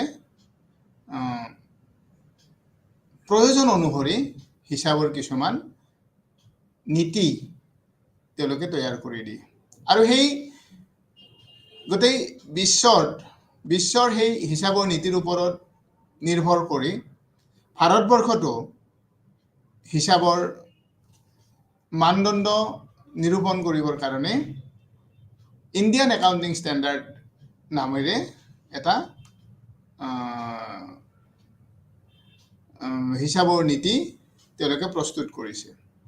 এতিয়া ভাৰতবৰ্ষত হিচাবৰ নীতিবোৰ নিৰূপণ কৰিবৰ কাৰণে চেন্ট্ৰেল গভৰ্ণমেণ্টে ভাৰত চৰকাৰে তিনিটা অৰ্গেনাইজেশ্যনক দায়িত্ব দিছে আৰু সেই অৰ্গেনাইজেশ্যন কেইটা হৈছে Indian companies act 2013, income tax act 1961 আৰু ICAI institute of chartered accountant of India. গতিকে এই তিনিটা অৰ্গেনাইজেশ্যনক ভাৰতবৰ্ষত সম্পূৰ্ণ দায়িত্ব নিৰূপণ কৰিছে যাতে তেওঁলোকে ভাৰতবৰ্ষৰ কোম্পানীবোৰত প্ৰযোজ্য হোৱাকৈ তেওঁলোকে হিচাবৰ লেনদেনবোৰ সুচাৰুৰূপে লিপিবদ্ধ কৰিবৰ কাৰণে কিছুমান নীতি তৈয়াৰ কৰিব দিছে, কিছুমান মানদণ্ড, কিছুমান ষ্টেণ্ডাৰ্ড তৈয়াৰ কৰিব দিছে আৰু সেই ষ্টেণ্ডাৰ্ডবোৰ তেওঁলোকে বনায়। যদিও এই তিনিটা অৰ্গেনাইজেশ্যনৰ ওপৰত দায়িত্ব প্ৰদান কৰিছে, এই তিনিটা অৰ্গেনাইজেশ্যনৰ ভিতৰত institute of chartered accountant of ইণ্ডিয়াক মুখ্যতঃ দায়িত্ব দিছে আৰু institute of chartered accountant of ইণ্ডিয়াই হিচাবৰ মানদণ্ডবোৰ ভাৰতবৰ্ষৰ হিচাবৰ মানদণ্ডবোৰ নিৰূপণ কৰিবৰ কাৰণে তেওঁলোকে এখন বোৰ্ড এখন তৈয়াৰ কৰি দিছে আৰু সেই বোৰ্ডখনক একাউণ্টিং ষ্টেণ্ডাৰ্ড বোৰ্ড বুলি কোৱা হয়, ASB বুলি কোৱা হয় শ্বৰ্ট ফৰ্মত, একাউণ্টিং ষ্টেণ্ডাৰ্ড বোৰ্ড। গতিকে এই বোৰ্ডখনে ভাৰতবৰ্ষত যেতিয়া কিছু নিয়মৰ প্ৰয়োজন হয়, কিছু অসুবিধাৰ সন্মুখীন হয় হিচাপৰক্ষকসকলে তেওঁলোকৰ লেনদেনবোৰ লিপিবদ্ধ কৰাৰ ক্ষেত্ৰত, সেই লেনদেনবোৰ লিপিবদ্ধ কৰিবৰ বাবে ASBয়ে ষ্টাডি কৰি অধ্যয়ন কৰি বিভিন্ন অৰ্গেনাইজেশ্যনবোৰ, বিভিন্ন কোম্পানীবোৰ অধ্যয়ন কৰি তেওঁলোকে হিচাবৰ নীতি প্ৰস্তুত কৰে। গতিকে এইখিনি হৈছে আৰম্ভণিৰ কথা। এতিয়া আমি একাউণ্টিং ষ্টেণ্ডাৰ্ডনো কি, আমি সেই বিষয়ে অলপ আলোচনা কৰিম। যে একাউণ্টিং মানদণ্ড হৈছে বিত্তীয় প্ৰতিবেদনৰ বাবে কৰ্তৃত্বশীল মানদণ্ড। বিত্তীয় প্ৰতিবেদনৰ বাবে কৰ্তৃত্বশীল মানদণ্ড মানে হৈছে যে ফিনান্সিয়েল ষ্টেটমেণ্টবোৰ তৈয়াৰ কৰিবৰ কাৰণে প্ৰয়োজন হোৱা কিছুমান নীতি নিয়ম, যাৰ দায়িত্ব আছে, যাৰ লক্ষ্য হৈছে যে হিচাবৰ বিত্তীয় প্ৰতিবেদনবোৰ এক ধৰণৰ হয়, একে নিয়মত বিত্তীয় প্ৰতিবেদনবোৰ প্ৰস্তুত কৰে। তাৰ কাৰণে একাউণ্টিং মানদণ্ড কিছুমান তেওঁলোকে নিৰূপণ কৰি দিয়ে। গতিকে একাউণ্টিং মানদণ্ড হৈছে বিত্তীয় প্ৰতিবেদনৰ বাবে কৰ্তৃত্বশীল মানদণ্ড আৰু সাধাৰণতে স্বীকৃত একাউণ্টিং নীতিৰ প্ৰাথমিক উৎস GAAP। গতিকে জেনেৰেলি একচেপ্টেড একাউণ্টিং প্ৰিন্সিপল অৰ্থাৎ গেপৰ মেইন বেচিছটোৱে হৈছে একাউণ্টিং ষ্টেণ্ডাৰ্ড। একাউণ্টিং মানদণ্ডই নিৰ্দিষ্ট কৰে যে লেনদেন আৰু অন্যান্য ঘটনাবোৰ কেনেদৰে বিত্তীয় বিবৃতিত স্বীকৃত জোখা উপস্থাপন আৰু প্ৰকাশ কৰিব লাগে অৰ্থাৎ এই হিচাপৰ মানদণ্ডই প্ৰতিখন ব্যৱসায় প্ৰতিষ্ঠানে তেওঁলোকৰ ফিনান্সিয়েল ষ্টেটমেণ্টবোৰ অৰ্থাৎ বিত্তীয় বিবৃতিবোৰ প্ৰস্তুত কৰাৰ সময়ত অৰ্থাৎ trading account profit and loss account বা বেলেঞ্চ শ্বীটত তেওঁলোকে বেলেঞ্চ শ্বীটখন তৈয়াৰ কৰাৰ সময়ত তেওঁলোকে কোনবোৰ ইনফৰমেশ্যন ক'ত লিখিব কোনবোৰ তথ্য ক'ত লিখিব বা এই বিভিন্ন লেনদেনবোৰ কেনেদৰে তেওঁলোকে মেজাৰ্ড কৰিব জুখিব বা কেনেদৰে প্ৰেজেণ্টেশ্যন কৰিব অৰ্থাৎ কেনেদৰে তেওঁলোকে উল্লেখ কৰিব আৰু ক'ত লিখিব বেলেঞ্চ শ্বীটত লিখিব না ইনকাম ষ্টেটমেণ্ট অৰ্থাৎ প্ৰফিট এণ্ড লছত লিখিব বেলেঞ্চ শ্বীটৰ কোন ছাইডত লিখিব ডেবিট ছাইড নে ক্ৰেডিট ছাইড অৰ্থাৎ এছেটছ নে লাইবিলিটি ছাইডত লিখিব বা ইনকাম ষ্টেটমেণ্টৰ ডেবিট ছাইড নে ক্ৰেডিট ছাইডে লিখিব এইখিনি কথা একাউণ্টিং ষ্টেণ্ডাৰ্ডে বা হিচাপৰ মানদণ্ডই নিৰূপণ কৰি দিয়ে অৰ্থাৎ তেওঁলোকক এটা গাইডেন্স দিয়ে এটা নিৰ্দেশাৱলী দিয়ে একাউণ্টিং ষ্টেণ্ডাৰ্ড হৈছে এক উমৈহতীয়া নীতি এটা uniform rules uniform principle standard মানদণ্ড আৰু প্ৰক্ৰিয়াই বিত্তীয় একাউণ্টিং নীতি আৰু পদ্ধতিৰ আধাৰ নিৰ্ধাৰণ কৰে যিবোৰে একাউণ্টিং নীতিবোৰ প্ৰস্তুত কৰে এইটো আমাৰ দেশৰ একাউণ্টিঙৰ এক মুখ্য সংস্থা ICAI অৰ্থাৎ ভাৰতীয় চাৰ্টাৰ্ড একাউণ্টেণ্ট প্ৰতিষ্ঠানৰ দ্বাৰা জাৰি কৰা এক কৰ্তৃত্বশীল বিবৃতি অৰ্থাৎ কি বুলি কৈছে যে এইটো আমাৰ দেশৰ একাউণ্টিঙৰ এক মুখ্য সংস্থা ICAIৰ দ্বাৰা জাৰি কৰা এক কৰ্তৃত্বশীল বিবৃতি অৰ্থাৎ এটা ষ্টেটমেণ্ট ই এটা নিৰ্দিষ্ট ক্ষেত্ৰৰ সৈতে সম্পৰ্কিত একাউণ্টিং সমস্যাৰ সৈতে সম্পৰ্কিত যিটো মানদণ্ডই সমাধান কৰিব বিচাৰে এই মানদণ্ডবোৰ পেছাধাৰী একাউণ্টিং সংগঠন আৰু নিয়ামক সংস্থাৰ দ্বাৰা বিকশিত আৰু ৰক্ষণাবেক্ষণ কৰা হয় যেনে আমেৰিকা যুক্তৰাষ্ট্ৰত বিত্তীয় একাউণ্টিং মানক বোৰ্ড আৰু বিশ্বব্যাপী আন্তৰ্জাতিক একাউণ্টিং মানক বোৰ্ড IASB অৰ্থাৎ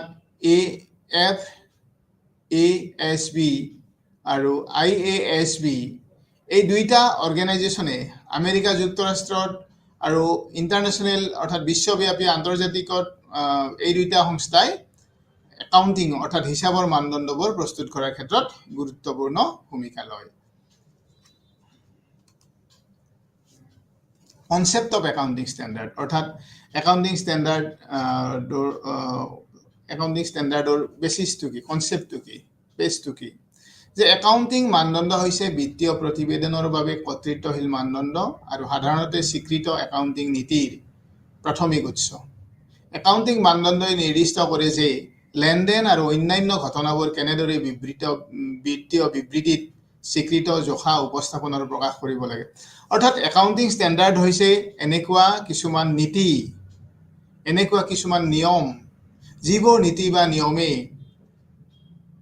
ব্যৱসায় প্ৰতিষ্ঠান এখনৰ বিত্তীয় লেনদেনবোৰ নিৰূপণ কৰাত বিত্তীয় লেনদেনবোৰ লিপিবদ্ধ কৰাৰ ক্ষেত্ৰত সহায় কৰে গাইড কৰে নিৰ্দেশ দিয়ে আৰু বিত্তীয় বিবৃতিবোৰ প্ৰস্তুত কৰাৰ সময়ত তেওঁলোকে কোনটো ইনফৰমেশ্যন কোনটো তথ্য কোনখন বিবৃতিত লিখিব অৰ্থাৎ whether it will be recorded in the income statement or balance sheet that will be guided by the accounting standard to the accountant গতিকে how it will be recorded and where it will be shown disclosed that will be guided by the accounting standard to the all accountants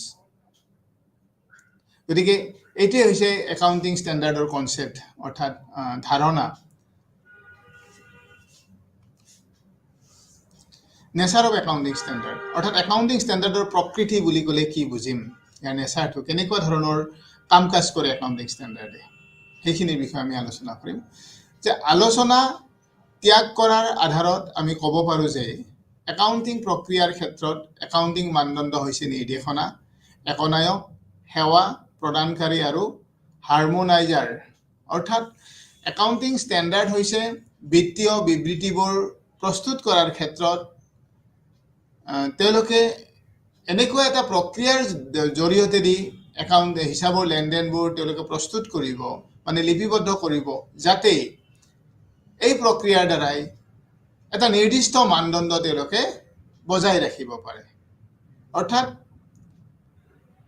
international ষ্টেণ্ডাৰ্ডত বা Indian standard মানি চলি হিচাপৰ লেনদেনবোৰ লিপিবদ্ধ কৰি বিত্তীয় বিবৃতিবোৰ প্ৰস্তুত কৰিলে এটা ইণ্টাৰনেশ্যনেল লেভেলত বা নেশ্যনেল লেভেলত এটা মানদণ্ড এটা নিৰূপণ কৰা হয় এই যদি ষ্টেণ্ডাৰ্ডবোৰ প্ৰয়োগ কৰি হিচাপ কৰা হয় গতিকে সেইকাৰণে ইয়াক কৈছে কি এটা ডিৰেকশ্যন বুলি কৈছে নিৰ্দেশনা বুলি কৈছে গাইডলাইনছ বুলি কৈছে একনায়ক অৰ্থাৎ ইউনিফৰ্মিটি মেইনটেইন কৰে যিবোৰে নেকি আপোনাৰ মানে সেৱা প্ৰভাইড কৰে ছাৰ্ভিচ প্ৰদান কৰে আৰু হাৰমনাইজাৰ মানে একত্ৰীকৰণ কৰাৰ ক্ষেত্ৰত হিচাপৰ মানদণ্ডবোৰে এক গুৰুত্বপূৰ্ণ দায়িত্ব বহন কৰে অৰ্থাৎ পৃথিৱীৰ সকলোবোৰ দেশতে যাতে এক ধৰণৰ একে ধৰণে হিচাপবোৰ প্ৰস্তুত কৰে বা বিত্তীয় লেনদেনবোৰ হিচাপৰ বহীত প্ৰস্তুত কৰাৰ সময়ত তেওঁলোকে হিচাপৰ বহীত লিপিবদ্ধ কৰাৰ সময়ত সেই হিচাপৰ মানদণ্ডবোৰ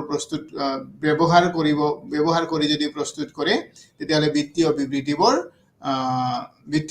বিবৃতিবোৰ আপোনাৰ হেৰি হ'ব এই একে ধৰণৰ হ'ব ইউনিফৰ্ম হ'ব অৰ্থাৎ হাৰমনাইজেশ্যন হ'ব একাউণ্টেণ্টসকলৰ বাবে নিৰ্দেশনা হিচাপে কাম কৰে অৰ্থাৎ একাউণ্টিং ষ্টেণ্ডাৰ্ডবোৰৰ অন্য এটা নেচাৰ হৈছে কি বা ফিচাৰ হৈছে কি যে ইয়ে একাউণ্টেণ্টসকলক এটা নিৰ্দেশ দিয়ে এটা ডিৰেকশ্যন দিয়ে কিছুমান গাইডলাইনছ দিয়ে তেওঁলোকক কোনটো লেনদেন কেনেধৰণে তেওঁলোকে লিপিবদ্ধ কৰিব কেতিয়া লিপিবদ্ধ কৰিব আৰু ফিনান্সিয়েল ষ্টেটমেণ্টৰ কোনখন ষ্টেটমেণ্টত তেওঁলোকে এইটো ডিছক্ল'জ কৰিব দেখুৱাব কিমান টকা দেখুৱাব ইত্যাদি কথাখিনি একাউণ্টিং ষ্টেণ্ডাৰ্ডে একাউণ্টেণ্টবোৰক গাইড কৰিব গতিকে যিহেতুকে একাউণ্টেণ্টবোৰে অৰ্থাৎ হিচাপৰক্ষকসকলে হিচাপৰ লেনদেনবোৰ লিপিবদ্ধ কৰিবৰ সময়ত যদি এই একাউণ্টিং ষ্টেণ্ডাৰ্ডবোৰ তেওঁলোকে ব্যৱহাৰ কৰে তেতিয়াহ'লে তেওঁলোকে কোনো ধৰণৰ সমস্যাৰ সন্মুখীন নহয় তেওঁলোকে ধুনীয়াকৈ কোনো অসুবিধা নোপোৱাকৈ লেনদেনবোৰ হিচাপৰ বহীত লিপিবদ্ধ কৰিব পাৰিব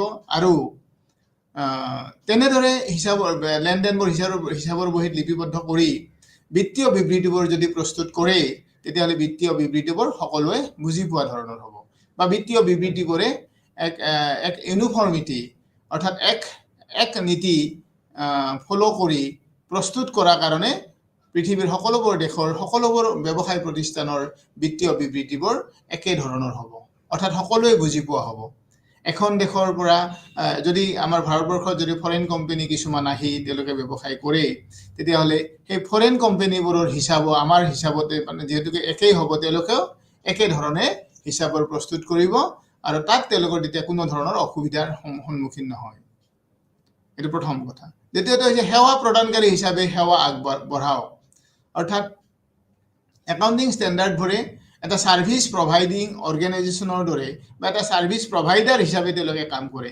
কিয়নো যে এই ষ্টেণ্ডাৰ্ডবোৰ ওলোৱাৰ ফলত ষ্টেণ্ডাৰ্ডবোৰ ক্ৰিয়েট কৰাৰ ফলত একাউণ্টেণ্টবোৰে সেই ষ্টেণ্ডাৰ্ডবোৰ ব্যৱহাৰ কৰি যেতিয়া তেওঁলোকে হিচাপবোৰ প্ৰস্তুত কৰিব বা লেনদেনবোৰ লিপিবদ্ধ কৰি হিচাপবোৰ প্ৰস্তুত কৰিব তেতিয়াহ'লে সেই হিচাপৰ বিবৃতিবোৰ ফিনান্সিয়েল ষ্টেটমেণ্টবোৰে এটা নিৰ্দিষ্ট মানদণ্ড তেওঁলোকে বজাই ৰাখিব পাৰে বা তেতিয়া কোনো ধৰণৰ ভুল নহয় বা ইউজাৰবোৰেও তেতিয়া তেওঁলোকে সহজে তেওঁলোকে বুজি পাব ইউজাৰবোৰে ফিনান্সিয়েল ষ্টেটমেণ্টবোৰ পঢ়া শুনা কৰি তেওঁলোকে ধৰিব পাৰিব গতিকে ইয়াক এটা সেৱা হিচাপে তেওঁলোকে সেৱা আগবঢ়োৱা হিচাপে কাম কৰে একনায়ক হিচাপে কাম কৰে তাৰ অৰ্থটো হ'ল কি যে একাউণ্টিং ষ্টেণ্ডাৰ্ডবোৰ যদি ইউজ কৰি ব্যৱসায়ৰ বিত্তীয় বিবৃতিবোৰ প্ৰস্তুত কৰে তেতিয়াহ'লে তেওঁলোকে একনায়ক অৰ্থাৎ serve as a service provider তেওঁলোকে সেৱা আগবঢ়োৱাৰ হিচাপে কাম কৰে ইউনিফৰ্মিটি তেওঁলোকে মেইনটেইন কৰিব পাৰিব তেওঁলোকে হৈছে ওৱান অৰ্গেনাইজেশ্যন যিটো অৰ্গেনাইজেশ্যনে যিবোৰ ষ্টেণ্ডাৰ্ড প্ৰস্তুত কৰে সেই ষ্টেণ্ডাৰ্ডবোৰ হিচাপৰ বহীত লেনদেনবোৰ লিপিবদ্ধ কৰাৰ সময়ত যদি প্ৰয়োগ কৰে তেতিয়াহ'লে তেওঁলোকে সেই বিত্তীয় বিবৃতিবোৰে এটা ইউনিফৰ্মিটি মেইনটেইন কৰিব অৰ্থাৎ সকলোৱে আটাইবোৰ প্ৰতিষ্ঠানৰ বিত্তীয় বিবৃতিবোৰ একে ধৰণৰ হ'ব আৰু একেবাৰে শেষৰটো হৈছে নেচাৰ হৈছে হাৰমনাইজাৰ হিচাপে কাম কৰে, অৰ্থাৎ একত্ৰীকৰণ হিচাপে কাম কৰে। অৰ্থাৎ যেতিয়া পৃথিৱীৰ সকলোবোৰ দেশৰ ব্যৱসায় প্ৰতিষ্ঠানবোৰে একাউণ্টিং ষ্টেণ্ডাৰ্ডবোৰ ব্যৱহাৰ কৰি হিচাপৰ বহীবোৰ প্ৰস্তুত কৰে বা ব্যৱসায়ৰ লেনদেনবোৰ লিপিবদ্ধ কৰি হিচাপৰ বহীবোৰ প্ৰস্তুত কৰে, তেতিয়া প্ৰতিখন ব্যৱসায় প্ৰতিষ্ঠানৰ পৃথিৱীৰ সকলোবোৰ দেশৰ ব্যৱসায় প্ৰতিষ্ঠানবোৰৰ হিচাপবোৰ অৰ্থাৎ বেলেঞ্চ শ্বীটবোৰ বা প্ৰফিট এণ্ড লছ একাউণ্টবোৰ একে ধৰণৰ হ'ব বা সকলোৱে বুজি পোৱা হ'ব। এখন দেশৰ মানুহে আন এখন দেশৰ ব্যৱসায়ৰ হিচাপবোৰো তেওঁলোকে পৰীক্ষা কৰিব পাৰিব বা সহজতে বুজি পোৱা ধৰণৰ হ'ব। সেইকাৰণে ইয়াক কৈছে হাৰমনাইজাৰ হিচাপে কাম কৰে, অৰ্থাৎ act as a harmonizer. Accounting ষ্টেণ্ডাৰ্ডবোৰে তেনেকুৱা ধৰণৰ কাম কৰে।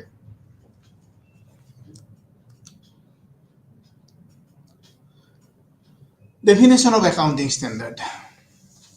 কৌলাৰৰ ভাষাত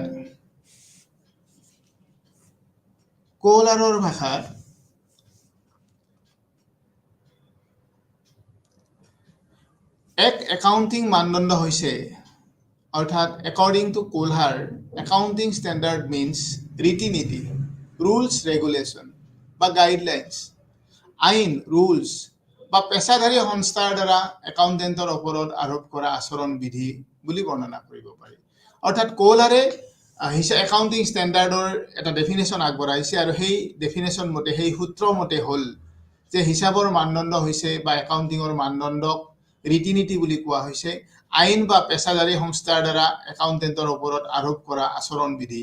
অৰ্থাৎ কিছু আইনৰ দ্বাৰাই বা কিছু প্ৰফেশ্যনেল অৰ্গেনাইজেশ্যনৰ দ্বাৰাই তৈয়াৰ কৰা কিছুমান নীতি নিয়ম বুলি কৈছে কৌলহাৰে। কৌলহাৰে কৈছে যে ব্যৱসায় প্ৰতিষ্ঠানবোৰত ব্যৱহাৰ কৰিবৰ কাৰণে একাউণ্টেণ্টবোৰে তেওঁলোকৰ লেনদেনবোৰ লিপিবদ্ধ কৰাৰ সময়ত ব্যৱহাৰ কৰিব পৰা এক ৰীতি-নীতি বা এক আইন, যিবোৰ একাউণ্টেণ্টবোৰে তেওঁলোকৰ লেনদেনবোৰ লিপিবদ্ধ কৰা বা বিত্তীয় বিবৃতিবোৰ প্ৰস্তুত কৰাৰ সময়ত তেওঁলোকে সেইবোৰ ব্যৱহাৰ কৰিব পাৰে। তাকেই কৌলহাৰে একাউণ্টিং ষ্টেণ্ডাৰ্ড বুলি কৈছে। সেয়েহে একাউণ্টিং মানদণ্ড হৈছে এক মানক নিৰ্দেশনামূলক নীতি যি বিত্তীয় একাউণ্টিঙৰ নীতি আৰু পদ্ধতি নিৰ্ধাৰণ কৰে।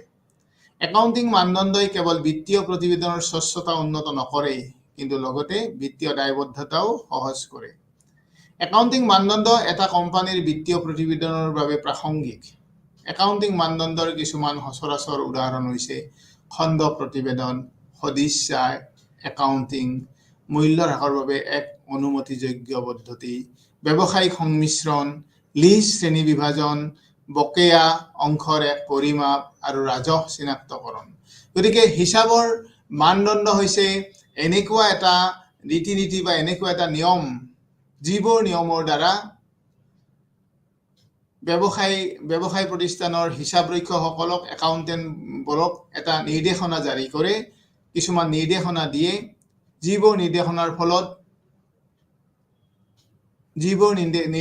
ফলত বা পদ্ধতি প্ৰয়োগ কৰাৰ ফলত হিচাপৰক্ষকবোৰে যিবোৰ হিচাপ প্ৰস্তুত কৰিব, সেই হিচাপবোৰে এক নিৰ্দিষ্ট মানদণ্ড বজাই ৰাখিবলৈ সক্ষম হয়। যদি তেওঁলোকে হিচাপৰ লেনদেনবোৰ লিপিবদ্ধ কৰাৰ সময়ত বা বিত্তীয় বিবৃতিবোৰ প্ৰস্তুত কৰাৰ সময়ত তেওঁলোকে একাউণ্টিং ষ্টেণ্ডাৰ্ডবোৰ প্ৰয়োগ নকৰে, তেতিয়া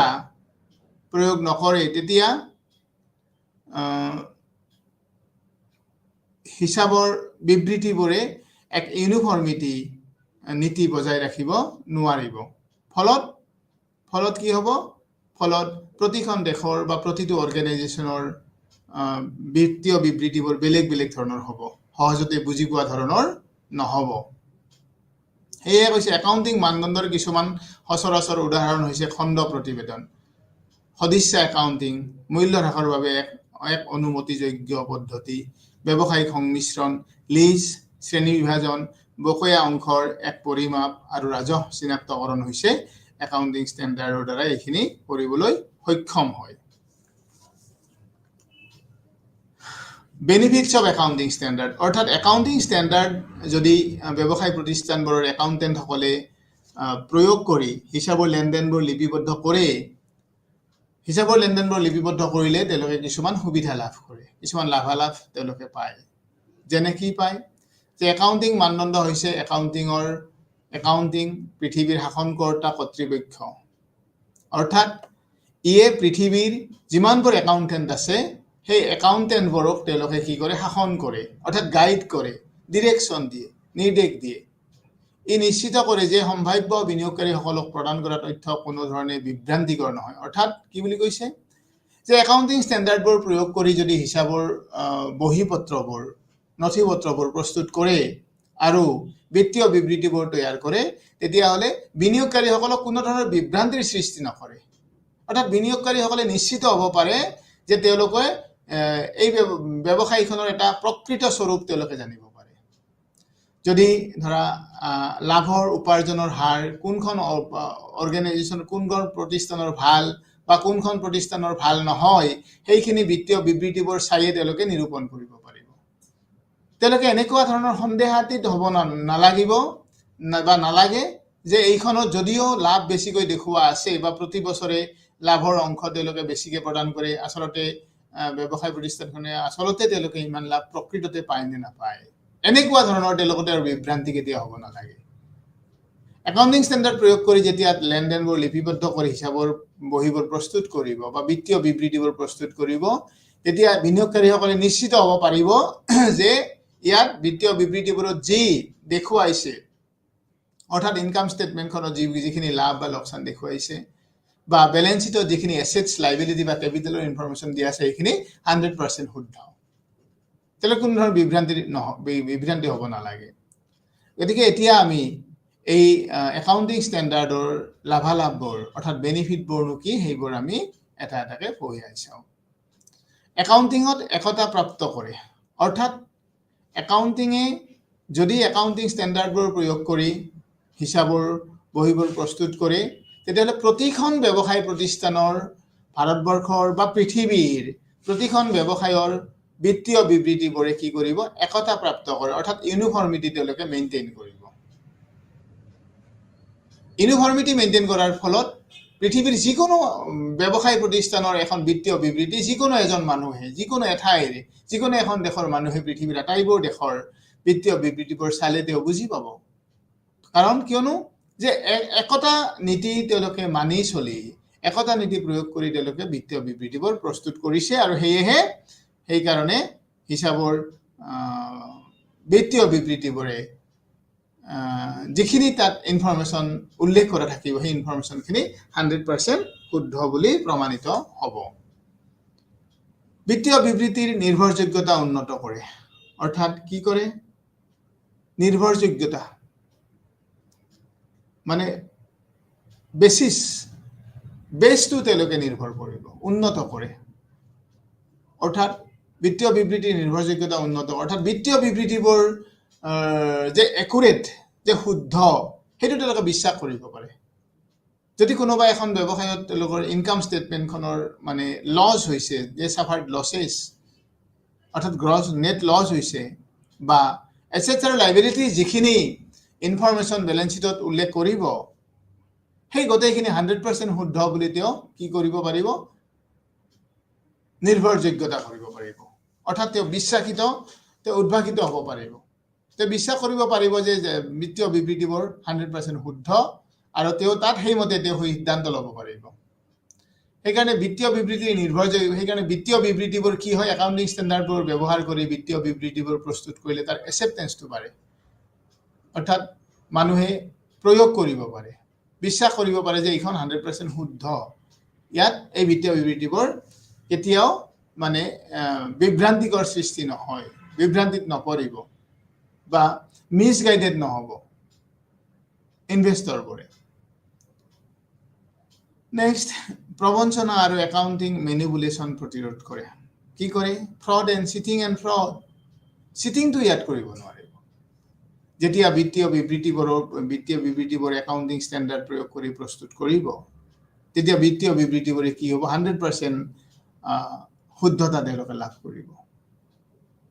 তাত কোনো ধৰণৰ মেনিপুলেশ্যন নহ'ব বা চিটিং নহ'ব। Fraud and cheating and fraud কেতিয়াও নহ'ব, কোনেও ঠগাব নোৱাৰিব। ৰং ৰিপ্ৰেজেণ্টেশ্যন তাত প্ৰেজেণ্ট কৰিব নোৱাৰিব, ৰংলি তাত ইনফৰমেশ্যন প্ৰেজেণ্ট কৰিব নোৱাৰিব।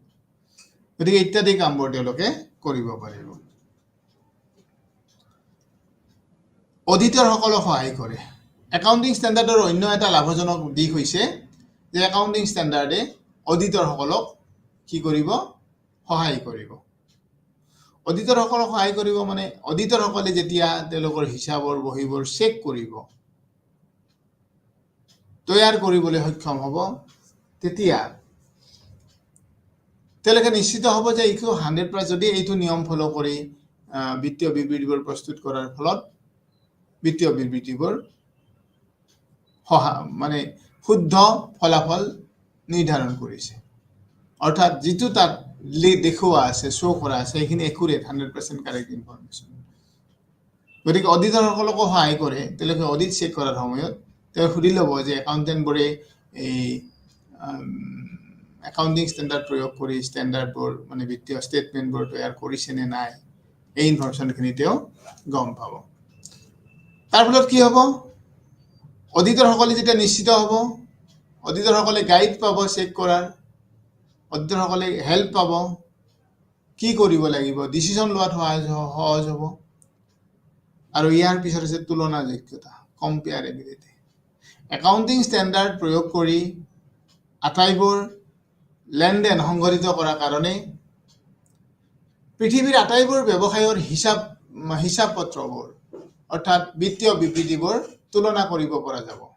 অৰ্থাৎ এখন দেশৰ কোনো এখন ব্যৱসায়ৰ বিত্তীয় বিবৃতিৰ লগত আন এখন দেশৰ ব্যৱসায়ৰ বিত্তীয় বিবৃতিৰ কম্পেয়াৰেবিলিটি হ'ব, তুলনা হ'ব। দুইখন দেশৰ বিবৃতিৰ মাজত এটা তুলনামূলক বিশ্লেষণ কৰিব পৰা যাব। পৰিচালনামূলক দায়বদ্ধতা নিৰ্ধাৰণ কৰা, অৰ্থাৎ responsibility of managing, it is created the responsibility of managing, অৰ্থাৎ পৰিচালনামূলক দায়বদ্ধতা নিৰ্ধাৰণ কৰিব পাৰিব। পৰিচালনা কৰিবলৈ কিছু দায়িত্বৰ প্ৰয়োজন আছে, সেই দায়িত্বখিনি সুচাৰুৰূপে পালন কৰিব লাগিব।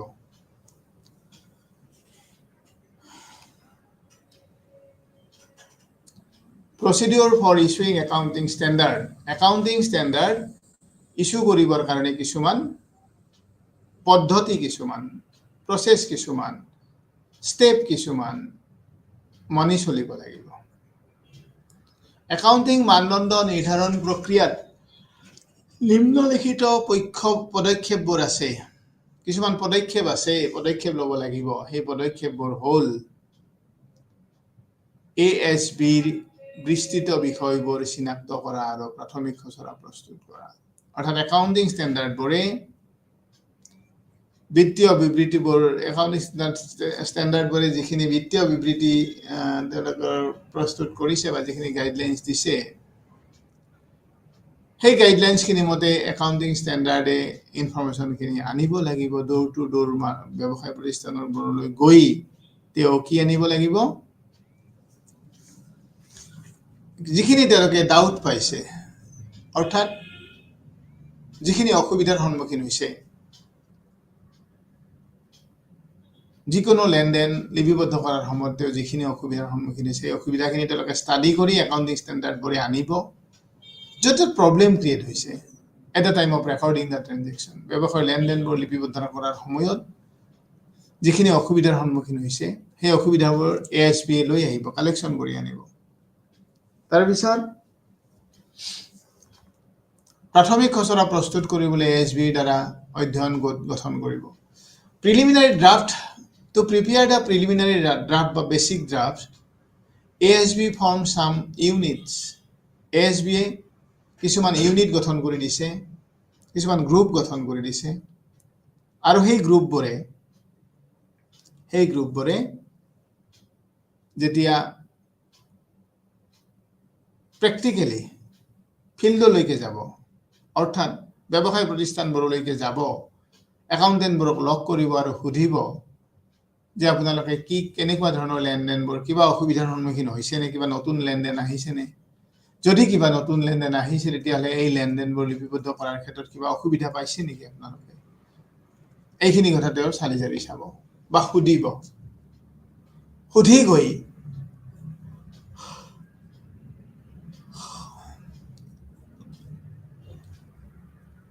এটা ড্ৰাফ্ট তৈয়াৰ কৰিব, প্ৰাথমিক খচৰা এখন প্ৰস্তুত কৰিব।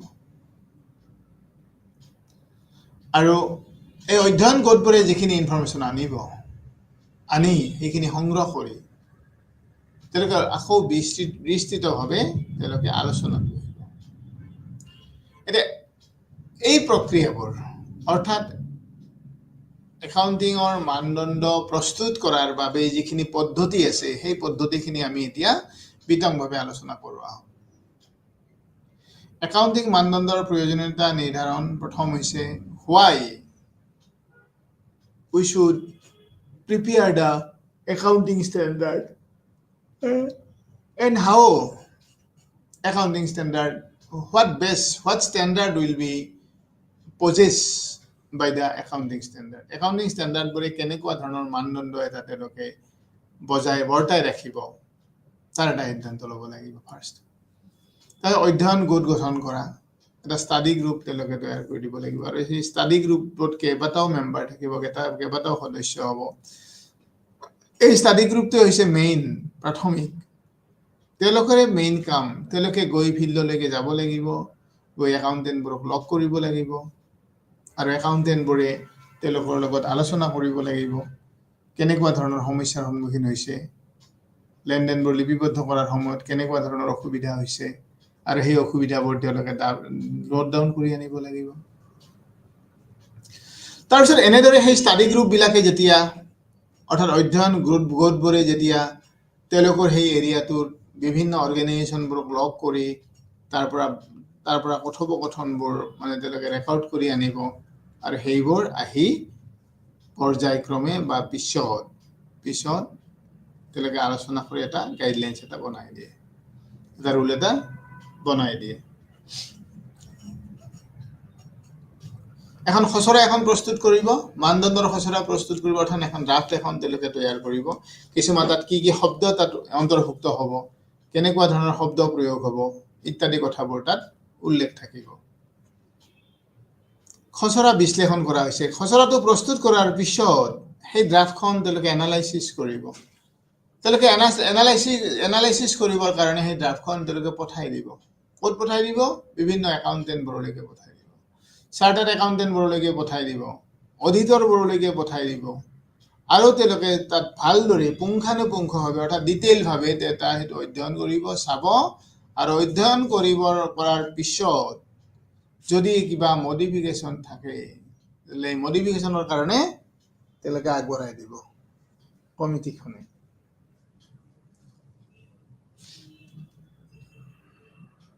তাৰপিছত খচৰা প্ৰচলন। খচৰাখন এনালাইচিছ কৰিব, বিশ্লেষণ কৰিব। কেনেদৰে খচৰাখন প্ৰস্তুত কৰিছে সেইখিনি তেওঁলোকে বিশ্লেষণ কৰিব, এনালাইচিছ কৰিব। অৰ্থাৎ তাত ব্যৱহাৰ কৰা ৱৰ্ডবোৰ ঠিকে আছেনে, চেণ্টেন্সবোৰ ঠিকে আছেনে, বুজি পোৱা ধৰণৰ হ'বনে, বা ষ্টেণ্ডাৰ্ডটো পঢ়ি একাউণ্টেণ্টবোৰে বুজি পাবনে, ৰুলটো বুজি পাবনে, এনেকুৱা ধৰণৰ কিছুমান তেওঁলোকে এনালাইচিছ কৰিব, বিশ্লেষণ কৰিব। তাৰপিছত হৈছে খচৰা প্ৰচলন কৰা। তেওঁলোকে তাৰপিছত প্ৰচলন কৰিবৰ কাৰণে কোম্পানীবোৰলৈকে, ইণ্ডাষ্ট্ৰীবোৰলৈকে পঠাই দিয়ে। তাত জোন আছে মানে কিছুমান জোনত বিভক্ত কৰা হৈছে, যে এখন ষ্টেটত 5টা জোন কৰি দিছে, 5টা জোনত ধৰা এটা নিৰ্দিষ্ট এৰিয়াই এটা জোনকে কভাৰ কৰিব, কালেকশ্যন কৰিব। এনেদৰে তেওঁলোকে সাজু হৈছে। আলোচনা কৰা আৰু এক্সপ'জাৰ ড্ৰাফ্ট চূড়ান্ত কৰা। আচ্ছা, খচৰাখন প্ৰস্তুত কৰাৰ পিছত খচৰাখনটো তেওঁলোকে পঠাই দিব। কালৈকে পঠাই দিব? ইণ্টাৰেষ্টেড পাৰ্টিলৈকে, যেনে কোম্পানী এফেয়াৰ্ছ, ICAI, এনেকুৱা বিভিন্ন ধৰণৰ মানে কোম্পানীবোৰত, প্ৰাইভেট কোম্পানীবোৰ বা পাব্লিক কোম্পানীবোৰ, যিবোৰ উন্নত ধৰণৰ কোম্পানী আছে, ব্যৱসায় প্ৰতিষ্ঠান আছে, বা ফাইনেন্স কমিশ্যনাৰো থাকিব পাৰে বা ফাইনেন্স মিনিষ্টাৰো থাকিব পাৰে, এনেকুৱা ধৰণৰ হেৰিলৈকে খচৰাবোৰ পঠাই দিব, আৰু তেওঁলোকে বৃহৎভাৱে খচৰা এনালাইচিছ কৰিব। আৰু তাৰপিছত খচৰা প্ৰচলন। তাৰপিছত কি কৰিব? হৈ গ'ল খচৰা, একচেপ্ট কৰিলে একাউণ্টিং ষ্টেণ্ডাৰ্ড বৰ্ডৰ জেনেৰেল মিটিঙত, সেইটো একচেপ্ট হ'ল যে এইবাৰ 3 লাখ টকা গ'ল বা 5 লাখ টকা গ'ল, তাৰপিছত সেই খচৰাটো সেই ড্ৰাফটটো কি কৰিব লাগিব প্ৰচলন কৰিব লাগিব মানে ইউজ কৰিব লাগিব যাতে কোনো ধৰণৰ অসুবিধা নহয় সেইবোৰ এপ্লাই কৰিবৰ কাৰণে অৰ্গেনাইজেশ্যনবিলাকলৈকে চাৰ্কুলাৰ যাব আলোচনা কৰা আৰু এক্সপ'জাৰ ড্ৰাফ্ট চূড়ান্ত কৰা আৰু ফাইনেলাইজেশ্যন হ'ব এইখিনি কৰাৰ পিছত এক্সপ'জাৰ ড্ৰাফ্টৰ প্ৰচলন তাৰপিছত সেইখিনি ইমপ্লিমেণ্ট কৰিব লাগিব ইউজ কৰিব লাগিব এপ্লাই কৰিব লাগিব সেইখিনি চলাব লাগিব প্ৰেক্টিকেলি একাউণ্টেণ্টবোৰলৈকে পঠাই দিব তেওঁলোকে হিচাপৰ বহীবোৰ প্ৰস্তুত কৰাৰ সময়ত লেনদেনবোৰ লিপিবদ্ধ কৰাৰ সময়ত সেই নিয়মবোৰ তেওঁলোকে চাব প্ৰয়োগ কৰিব যিবোৰ নিয়ম আগতে প্ৰস্তুত কৰাৰ সময়ত অসুবিধাৰ সন্মুখীন হৈছিল সেই নিয়মবোৰ তেওঁলোকে আকৌ চাব লাগিব চাই প্ৰস্তুত কৰিব লাগিব এইবাৰ এক্সপ'জাৰ ড্ৰাফ্ট চূড়ান্ত কৰা তাৰপিছত ফাইনেলাইজ কৰিব লাগিব যে এইখনে সেইখন ড্ৰাফ্ট যিখন ড্ৰাফ্ট সকলোৱে এতিয়া প্ৰয়োগ কৰিব পাৰিব এপ্লাই কৰিব পাৰিব প্ৰেক্টিকেল ফিল্ডত একাউণ্টিং মানদণ্ড সংশোধন আৰু জাৰি কৰা অৰ্থাৎ একাউণ্টিং ষ্টেণ্ডাৰ্ডবোৰ এপ্লাই কৰি প্ৰয়োগ কৰি লেনদেন একাউণ্টছবোৰ প্ৰস্তুত কৰাৰ ফলত কিবা অসুবিধাৰ সন্মুখীন হৈছে নেকি কিবা সমস্যাৰ সন্মুখীন হৈছে নেকি যদি সমস্যা পাইছে তেতিয়াহ'লে সেইবোৰ আকৌ কি কৰিব লাগিব মডিফাই কৰিব লাগিব সংশোধন কৰিব লাগিব ষ্টেণ্ডাৰ্ডবোৰ মডিফাই কৰিব লাগিব যে এনেকুৱা নহয় এই এনেকুৱা ৱৰ্ডবোৰ তেওঁলোকে ভালদৰে পুংখানুপুংখভাৱে অৰ্থাৎ ডিটেইলভাৱে তেওঁলোকে চোৱাৰ পিছত তেওঁলোকে চাব যে তাত ইউজ কৰা ৱৰ্ডবোৰ ঠিকে আছেনে চেণ্টেন্সবোৰ ঠিকে আছেনে বা কিছুমান চেণ্টেন্স সলাব পাৰি নেকি কিছুমান ৱৰ্ড চেঞ্জ কৰি দিব পাৰি নেকি যিবোৰ ৱৰ্ড বা যিবোৰ চেণ্টেন্স চেঞ্জ কৰি দিয়াৰ পিছত বিত্তীয় বিবৃতিবোৰ উন্নত হ'ব সকলোৱে একচেপ্ট কৰিব পৰা হ'ব গতিকে এই ড্ৰাফ্টখন ফাইনেলাইজ কৰাৰ পিছত তেওঁলোকে যদি কিবা এনি মডিফিকেশ্যন ইজ দিয়াৰ যদি তাত কিবা মডিফিকেশ্যন আছে যথাসম্ভৱ সেই মডিফিকেশ্যনখিনি এই ষ্টাডি গ্ৰুপটোক দি দিব ASBক দিব আৰু ASB প্ৰচেছ কৰি সেইখিনি কি কৰিব কামত লগাব ফাইনেলাইজ কৰি দিব একাউণ্টিং মানদণ্ড সংশোধন আৰু জাৰি কৰা আৰু এইবোৰৰ পিছত একাউণ্টিং মানদণ্ডবোৰ একাউণ্টিং ষ্টেণ্ডাৰ্ডবোৰ কি কৰিব সংশোধন কৰিব মডিফাই কৰিব ৰিফাইন কৰিব যাতে সেইবোৰ একচেপ্ট কৰিব পাৰি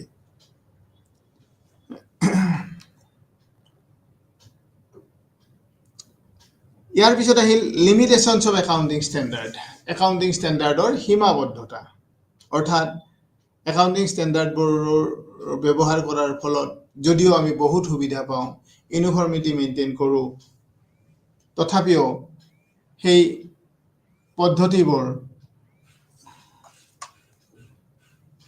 ছাৰ মই সেই ইগনোৰ ক্লাছত আছোঁ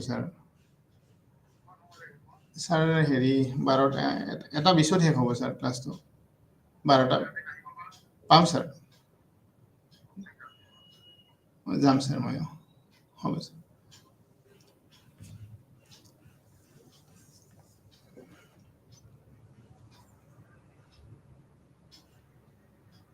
একাউণ্টিঙৰ মানদণ্ডৰ কেইটামান সীমাবদ্ধতাও আছে নিয়ন্ত্ৰক সংস্থাসমূহে এই সীমাবদ্ধতাবোৰ সীমিত কৰিবলৈ মানদণ্ডবোৰ উন্নীত কৰি থাকে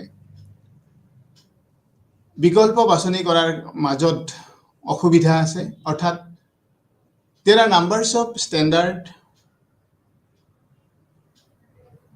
এই ষ্টেণ্ডাৰ্ডবোৰৰ ভিতৰত কেইবাটাও ষ্টেণ্ডাৰ্ড আছে এই ষ্টেণ্ডাৰ্ডবোৰৰ ভিতৰত কিছুমান ষ্টেণ্ডাৰ্ড সিলেক্ট কৰি অৰ্থাৎ বাছনি কৰি প্ৰয়োগ কৰিব পাৰিব যাতে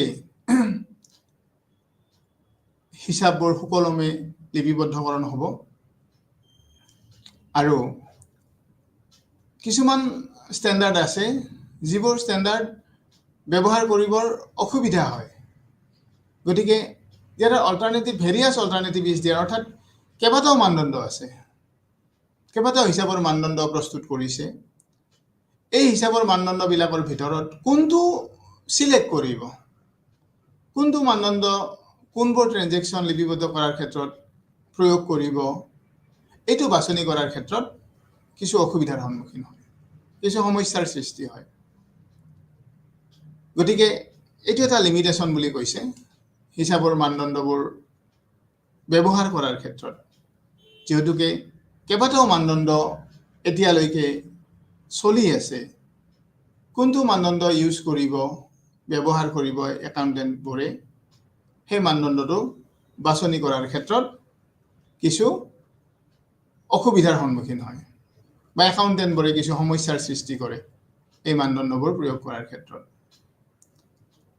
সীমাবদ্ধ পৰিসৰ তাৰ স্কোপটো লিমিটেড এই ষ্টেণ্ডাৰ্ডবোৰ প্ৰয়োগ কৰিলে এটা সীমিত পৰিসৰৰ ভিতৰত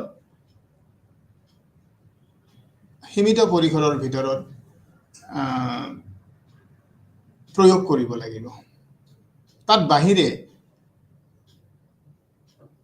বাকি সাইডত এটো প্ৰয়োগ কৰিব নোৱাৰে অৰ্থাৎ লিমিটেশনস আছে অসুবিধা আছে সীমাবদ্ধ আছে তাৰ স্কোপটো সীমিত অৰ্থাৎ এটা ষ্টেণ্ডাৰ্ড কেইবাটাও লেনদেন লিপিবদ্ধ কৰাৰ ক্ষেত্ৰত ব্যৱহাৰ কৰিব নোৱাৰে গতিকে ইয়াৰ পৰিসৰ একেবাৰে সীমিত পৰিসৰ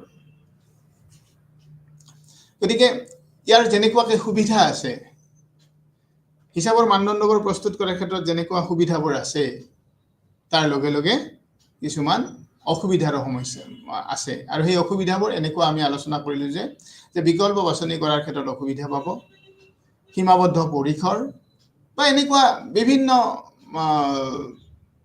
একাউণ্টেণ্টবোৰে বিভিন্ন ধৰণৰ সমস্যাৰ সন্মুখীন হয় কেতিয়াবা কিছুমান এনেকুৱা ধৰণৰ হয় যে কোনটো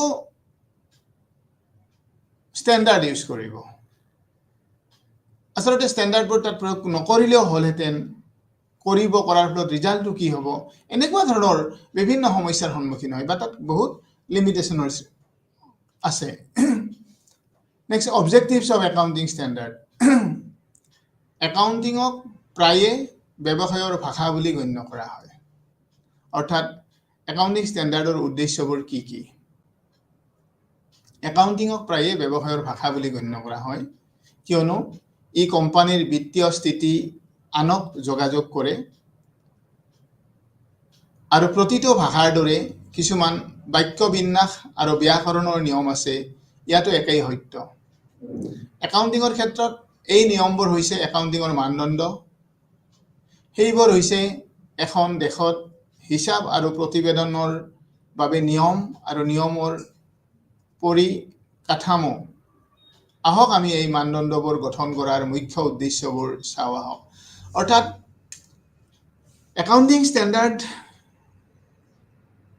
যে উলিয়াইছে ইণ্টাৰনেশ্যনেল একাউণ্টিং ষ্টেণ্ডাৰ্ড বোৰ্ড বা ইণ্ডিয়ান একাউণ্টিং ষ্টেণ্ডাৰ্ড বোৰ্ড বা ইণ্টাৰনেশ্যনেল একাউণ্টিং ষ্টেণ্ডাৰ্ড কমিটিয়ে বা ইণ্ডিয়ান একাউণ্টিং ষ্টেণ্ডাৰ্ড কমিটিয়ে বা IFRS এই যে একাউণ্টিং ষ্টেণ্ডাৰ্ডবোৰ উলিয়াইছে হিচাপৰ একাউণ্টেণ্টবোৰে ব্যৱহাৰ কৰিবৰ বাবে তাৰ কিছুমান উদ্দেশ্য আছে সেই উদ্দেশ্যবোৰৰ ভিতৰত প্ৰথমটো হৈছে মুখ্য লক্ষ্য হৈছে বিত্তীয় বিবৃতিৰ নিৰ্ভৰযোগ্যতা উন্নত কৰা অৰ্থাৎ একাউণ্টিং ষ্টেণ্ডাৰ্ডৰ ফাৰ্ষ্ট অবজেক্টিভটোৱে হৈছে প্ৰথম বা প্ৰধান অবজেক্টিভটোৱে হৈছে বিত্তীয় বিবৃতিৰ নিৰ্ভৰযোগ্যতা উন্নত কৰা বিত্তীয় বিবৃতিবোৰ যাতে একসেপ্টেন্সটো বাঢ়ি যায় সকলোৱে যাতে সহজতে গ্ৰহণ কৰিব পাৰে একসেপ্ট কৰিব পাৰে সেইটোৱে হৈছে প্ৰথম লক্ষ্য যাতে কোনো ধৰণৰ বিভ্ৰান্তিৰ সৃষ্টি নহয় ইনভেষ্টৰ বিলাকে বিনিয়োগকাৰীসকলে যাতে ফুল পথে পৰিচালিত নহয় তেওঁলোকে বিত্তীয় বিবৃতিবোৰ পৰিচালনা কৰি চাই এনালাইসিস কৰি বিশ্লেষণ কৰি তেওঁলোকে তেওঁলোকৰ এটা সিদ্ধান্ত যাতে ল'ব পাৰে বা তেওঁলোকৰ বিশ্লেষণত যাতে কোনো ধৰণৰ ভুল নহয় উজুতি খাব নালাগে মিসগাইডেড নহয় তাৰ প্ৰতি লক্ষ্য ৰাখি বিত্তীয় বিবৃতিবোৰ প্ৰস্তুত যাতে কৰিব পাৰে সেই উদ্দেশ্যৰে একাউণ্টিং ষ্টেণ্ডাৰ্ডবোৰ তৈয়াৰ কৰিছে গতিকে মুখ্য উদ্দেশ্য হৈছে নিৰ্ভৰযোগ্যতা উন্নত কৰা ফিনান্সিয়েল ষ্টেটমেণ্টৰ অৰ্থাৎ একসেপ্টেন্সটো ইনক্ৰিজ কৰা এতিয়া কাৰণ ব্যৱহাৰকাৰীসকলে তেওঁলোকৰ ওপৰত নিৰ্ভৰ কৰিব পৰা মানদণ্ড অনুসৰণ কৰি বিত্তীয় বিবৃতি দিব লাগিব অৰ্থাৎ ইউজাৰবোৰে যাতে ফিনান্সিয়েল ষ্টেটমেণ্টবোৰ ইউজ কৰি তেওঁলোকে ডিসিশন ল'ব পাৰে আৰু ডিসিশনটো যাতে ইনফৰমেশ্যনবিলাক যাতে একুৰেট হয় শুদ্ধ হয় বিত্তীয় বিবৃতিবোৰত উল্লেখ কৰা তথ্যবোৰ যাতে 100% শুদ্ধ হয় সেই কাৰণে শুদ্ধ কৰিবৰ কাৰণে একাউণ্টিং ষ্টেণ্ডাৰ্ডবোৰ উলিয়াই দিছে আৰু এই একাউণ্টিং ষ্টেণ্ডাৰ্ডবোৰ প্ৰয়োগ কৰি হিচাপ ৰক্ষকসকলে যাতে বিত্তীয় বিবৃতিবোৰ প্ৰস্তুত কৰিব বিত্তীয় বিবৃতিবোৰ প্ৰস্তুত কৰিলে বিত্তীয় বিবৃতিবোৰৰ গ্ৰহণযোগ্যতা বাঢ়িব 100% শুদ্ধ হ'ব তাৰ মানদণ্ড উন্নত হ'ব এতিয়া তেওঁলোকে জানে যে এই মানদণ্ডবোৰ অনুসৰণ নকৰিলে কোম্পানীবোৰৰ বাবে গুৰুতৰ পৰিণাম হ'ব পাৰে অৰ্থাৎ যদি একাউণ্টিং ষ্টেণ্ডাৰ্ডবোৰ যদি ইউজ কৰি বিত্তীয় বিবৃতিবোৰ প্ৰস্তুত নকৰে হিচাপ ৰক্ষকসকলে তেতিয়াহ'লে কি হ'ব বিত্তীয় বিবৃতিবোৰৰ মানদণ্ড একেবাৰে বেয়া হ'ব আৰু ইউজাৰবোৰে মিছগাইডেড হ'ব ইনফৰমেশ্যনবোৰ একুৰেট নহ'ব মেনিপুলেশ্যন হ'ব পাৰে ডাটাবোৰ ইনফৰমেশ্যনবোৰ তথ্যবোৰ সেয়েহে মুখ্য লক্ষ্য হৈছে যে একাউণ্টেণ্টবোৰে তেওঁলোকৰ লেনদেনবোৰ লিপিবদ্ধ আৰু বিত্তীয় বিবৃতি প্ৰস্তুত কৰাৰ সময়ত যাতে বিত্তীয় হিচাপৰ মানদণ্ডবোৰ প্ৰয়োগ কৰি বিত্তীয় বিবৃতিবোৰৰ মানদণ্ডও উন্নত কৰে সেইটোৱে হৈছে মুখ্য উদ্দেশ্য প্ৰথম উদ্দেশ্য তাৰপিছত তুলনাযোগ্যতা বাঢ়ে অৰ্থাৎ দ্বিতীয় উদ্দেশ্যটো হৈছে যে যদি একাউণ্টেণ্টবোৰে হিচাপ ৰক্ষকবোৰে বিত্তীয় বিবৃতি প্ৰস্তুত কৰাৰ সময়ত হিচাপৰ মানদণ্ডবোৰ ব্যৱহাৰ কৰে তেতিয়াহ'লে পৃথিৱীৰ সকলোবোৰ দেশৰ ব্যৱসায় প্ৰতিষ্ঠানবোৰৰ বিত্তীয় বিবৃতিবোৰ একে ধৰণৰ হ'ব তেওঁলোকে এটা ইউনিফৰ্মিটি বজাই ৰাখিব পাৰিব আৰু যদি বিত্তীয় বিবৃতিবোৰ একে ধৰণৰ হয় এটা এক নীতি অনুসৰণ কৰি যেতিয়া বিত্তীয় বিবৃতিবোৰ প্ৰস্তুত কৰিব তেতিয়া বিত্তীয় বিবৃতিবোৰ অভিয়াছলি স্পষ্টভাৱে একে ধৰণৰ হ'ব আৰু যদি একে ধৰণৰ হয় বিত্তীয় বিবৃতিবোৰ তেতিয়াহ'লে ইউজাৰবোৰে বিভিন্ন অৰ্গেনাইজেশ্যনৰ বিভিন্ন ব্যৱসায় প্ৰতিষ্ঠানৰ বিভিন্ন দেশৰ হওক বা এখন দেশৰ ভিতৰতে থকা বিভিন্ন প্ৰতিষ্ঠানবোৰৰ ব্যৱসায় প্ৰতিষ্ঠানবোৰৰ বিত্তীয় বিবৃতিবোৰৰ মাজত তেওঁলোকে এটা কম্পেয়াৰ কৰিব পৰা গুণ থাকিব তুলনা কৰিব পৰা হ'ব পাৰিব আৰু তুলনা কৰিলে তেওঁলোকে চাব পাৰিব যে কোনখন ব্যৱসায়ৰ বিত্তীয় বিবৃতিত কাৰ আয় বেছি কাৰ ইনকাম বেছি কোনখন ব্যৱসায়ত ইনকাম বা লছ হৈছে কোনখন ব্যৱসায়ত লাভ হৈছে বা এছেটছ কিমান আছে লাইবিলিটি কিমান আছে বা তুলনামূলকভাৱে কোনখন ব্যৱসায়ৰ ৰেট অফ ডিভিডেণ্ড লাভাংশৰ হাৰটো বেছি বা কোনখন ব্যৱসায়ৰ কম বা লিকুইডিটি পজিশ্যনটো কেনেকুৱা শৰ্ট টাৰ্ম লিকুইডিটি পজিশ্যনটো কেনেকুৱা লং টাৰ্ম ফিনান্সিয়েল পজিশ্যন কেনেকুৱা rate of repayment of loan বা ডেট ৰিপেমেণ্ট কৰাৰ হাৰটো কেনেকুৱা ইত্যাদি কথাবোৰ জানিব পাৰিব তুলনা কৰিব পাৰিব যদিহে একাউণ্টিং ষ্টেণ্ডাৰ্ডবোৰৰ প্ৰয়োগ কৰি বিত্তীয় বিবৃতিবোৰ প্ৰস্তুত কৰে তেতিয়া বিত্তীয় বিবৃতিবোৰ ব্যৱহাৰকাৰীসকলে প্ৰয়োগ কৰি তেওঁলোকে ইয়াৰ পৰা তেওঁলোকে নিশ্চিত হ'ব পাৰিব যে কোনখন ব্যৱসায়ত কেনেকুৱা ধৰণে ইনফৰমেশ্যনবোৰ ৰিপ্ৰেজেণ্ট কৰিছে অৰ্থাৎ তেওঁলোকে চায়ে তেওঁলোকৰ সিদ্ধান্তবোৰ ল'ব পাৰিব কোনখন ব্যৱসায়ত তেওঁলোকে তেওঁলোকৰ টকা পইচা বিনিয়োগ কৰিব ইয়াৰ পিছত তৃতীয়টো হৈছে ই একাউণ্টিং আঁচনিৰ এটা সংহতি প্ৰদান কৰিব বিচাৰে য'ত প্ৰয়োজনীয় প্ৰকাশ ঋক অন্তৰ্ভুক্ত থাকে ই একাউণ্টিং আঁচনিৰ এক সংহতি প্ৰদান কৰিব বিচাৰে সংহতি ইউনিফৰ্মিটি ইউনিটি এই কথাখিনি একাউণ্টিঙে এই আঁচনিৰ জৰিয়তে দিয়ে আঁচনি মানে এই ছিষ্টেমটোৰ জৰিয়তে দিয়ে অৰ্থাৎ একাউণ্টিং ষ্টেণ্ডাৰ্ডবোৰৰ জৰিয়তে দি তেওঁলোকে বিত্তীয় বিবৃতিবোৰ প্ৰস্তুত কৰিলে তাত প্ৰয়োজনীয় যিখিনি ইনফৰমেশ্যন থাকে সেইখিনি লৈ ইউজাৰবোৰে ব্যৱহাৰকাৰী পক্ষবোৰে তেওঁলোকৰ নিজৰ সিদ্ধান্ত লোৱাত সহায় হ'ব বা ব্যৱহাৰ কৰিব পাৰে প্ৰয়োগ কৰিব পাৰে ইম্পৰ্টেঞ্চ অফ একাউণ্টিং ষ্টেণ্ডাৰ্ড অৰ্থাৎ হিচাপৰ মানদণ্ডবোৰ প্ৰয়োগ কৰিলে তাৰ গুৰুত্ব কি একাউণ্টিং ষ্টেণ্ডাৰ্ডৰ ইম্পৰ্টেঞ্চ কেনেকুৱা তেওঁলোকৰ গুৰুত্ব যে সমগ্ৰ একাউণ্টিং প্ৰণালীত একাউণ্টিং মানদণ্ডই এক অতি দক্ষ ভূমিকা পালন কৰে। সমগ্ৰ একাউণ্টিং প্ৰণালীত একাউণ্টিং মানদণ্ডই এক অতি দক্ষ ভূমিকা পালন কৰে। ইয়াৰ কিছুমান গুৰুত্বপূৰ্ণ ভূমিকা তলত আলোচনা কৰা হৈছে।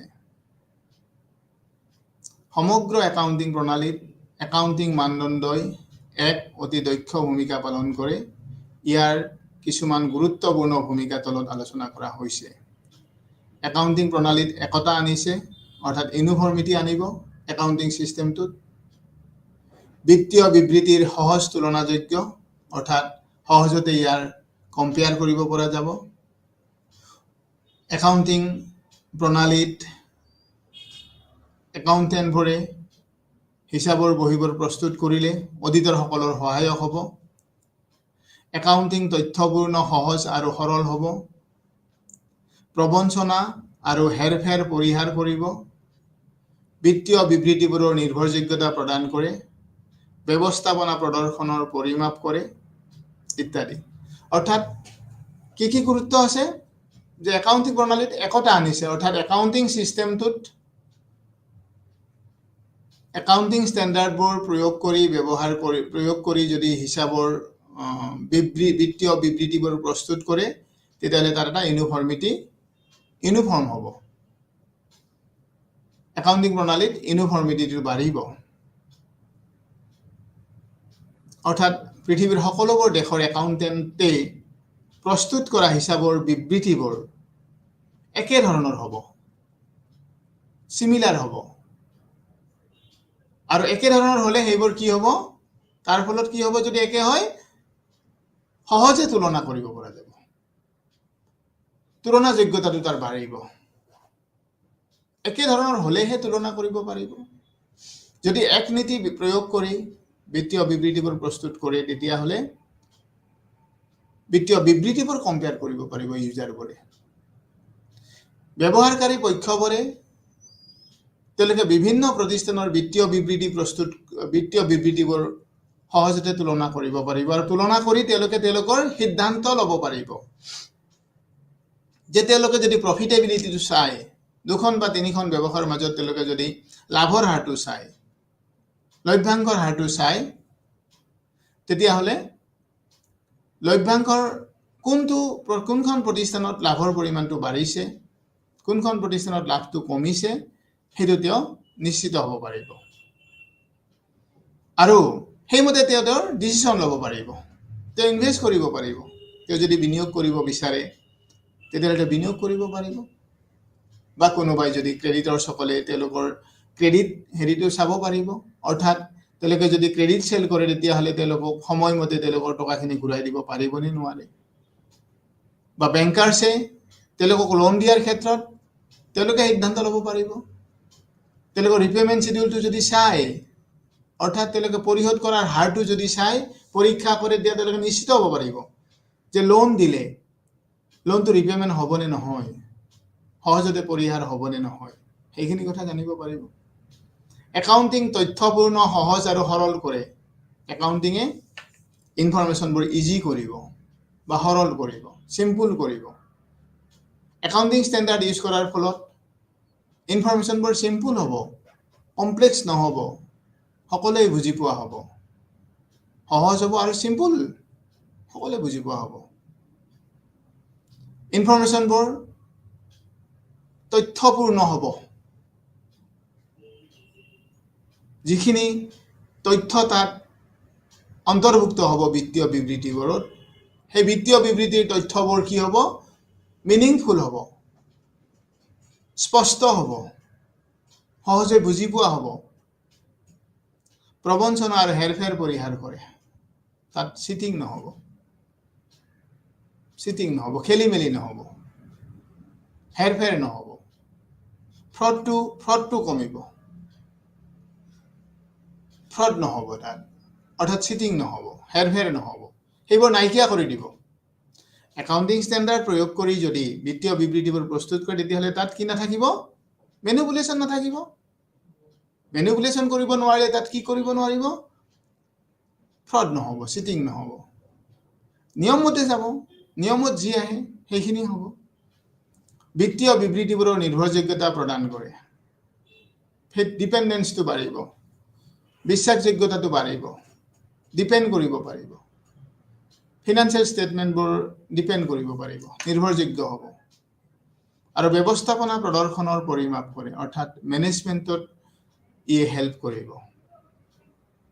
যদি বিত্তীয় বিবৃতিবোৰ প্ৰস্তুত কৰাৰ সময়ত হিচাপৰ মানদণ্ড প্ৰয়োগ কৰে তেতিয়াহ'লে বিত্তীয় বিবৃতিবোৰ একুৰেট হ'ব শুদ্ধ হ'ব 100% শুদ্ধ হ'ব আৰু 100% শুদ্ধ হ'লে সেই বিত্তীয় বিবৃতিবোৰ পৰীক্ষা নিৰীক্ষা কৰি মেনেজমেণ্টে অৰ্থাৎ ব্যৱস্থাপনাই তেওঁলোকে উপযুক্ত পৰিমাণৰ সিদ্ধান্ত ল'ব পাৰিব আৰু এই উপযুক্ত পৰিমাণৰ সিদ্ধান্ত ল'লেহে ব্যৱসায়ীখনে ভাল দিশত গতি কৰিব যদি ইনফৰমেশ্যনবোৰ ৰং হয় ভুল হয় বিত্তীয় বিবৃতিত যদি শুদ্ধ ইনফৰমেশ্যন প্ৰদৰ্শন নকৰে কেতিয়া নকৰিব যদি একাউণ্টিং ষ্টেণ্ডাৰ্ডবোৰ প্ৰয়োগ কৰি বিত্তীয় বিবৃতিবোৰ প্ৰস্তুত কৰা নহয় যদি একাউণ্টিং ষ্টেণ্ডাৰ্ডবোৰ ইউজ কৰা নহয় লেনদেনবোৰ লিপিবদ্ধ বা বিত্তীয় বিবৃতিবোৰ প্ৰস্তুত কৰাৰ সময়ত তেতিয়াহ'লে বিত্তীয় বিবৃতিবোৰ বিভ্ৰান্তি হ'ব ভুল হ'ব আৰু তেতিয়া যিখিনি ইনফৰমেশ্যন তাত ডিছক্ল'জ কৰিব সেই ইনফৰমেশ্যনখিনি কি হ'ব ৰং ইনফৰমেশ্যন হ'ব আৰু ৰং ইনফৰমেশ্যন হ'লে ডিচিশ্যন লোৱাত অসুবিধা হ'ব সমস্যাৰ সৃষ্টি হ'ব গতিকে এইখিনি হৈছে একাউণ্টিং ষ্টেণ্ডাৰ্ডৰ ইম্পৰ্টেঞ্চ গুৰুত্ব গতিকে এতিয়ালৈকে আমি বিভিন্ন ধৰণৰ মানে কেইবাটাও দিশ আজি একাউণ্টিং ষ্টেণ্ডাৰ্ডৰ ওপৰত আলোচনা কৰিলোঁ প্ৰথমতে আমি আলোচনা কৰিলোঁ আমি আৰম্ভণিৰ পৰা যাওঁ বাৰু এবাৰ চাই লওঁ কি আজি আলোচনা কৰিলোঁ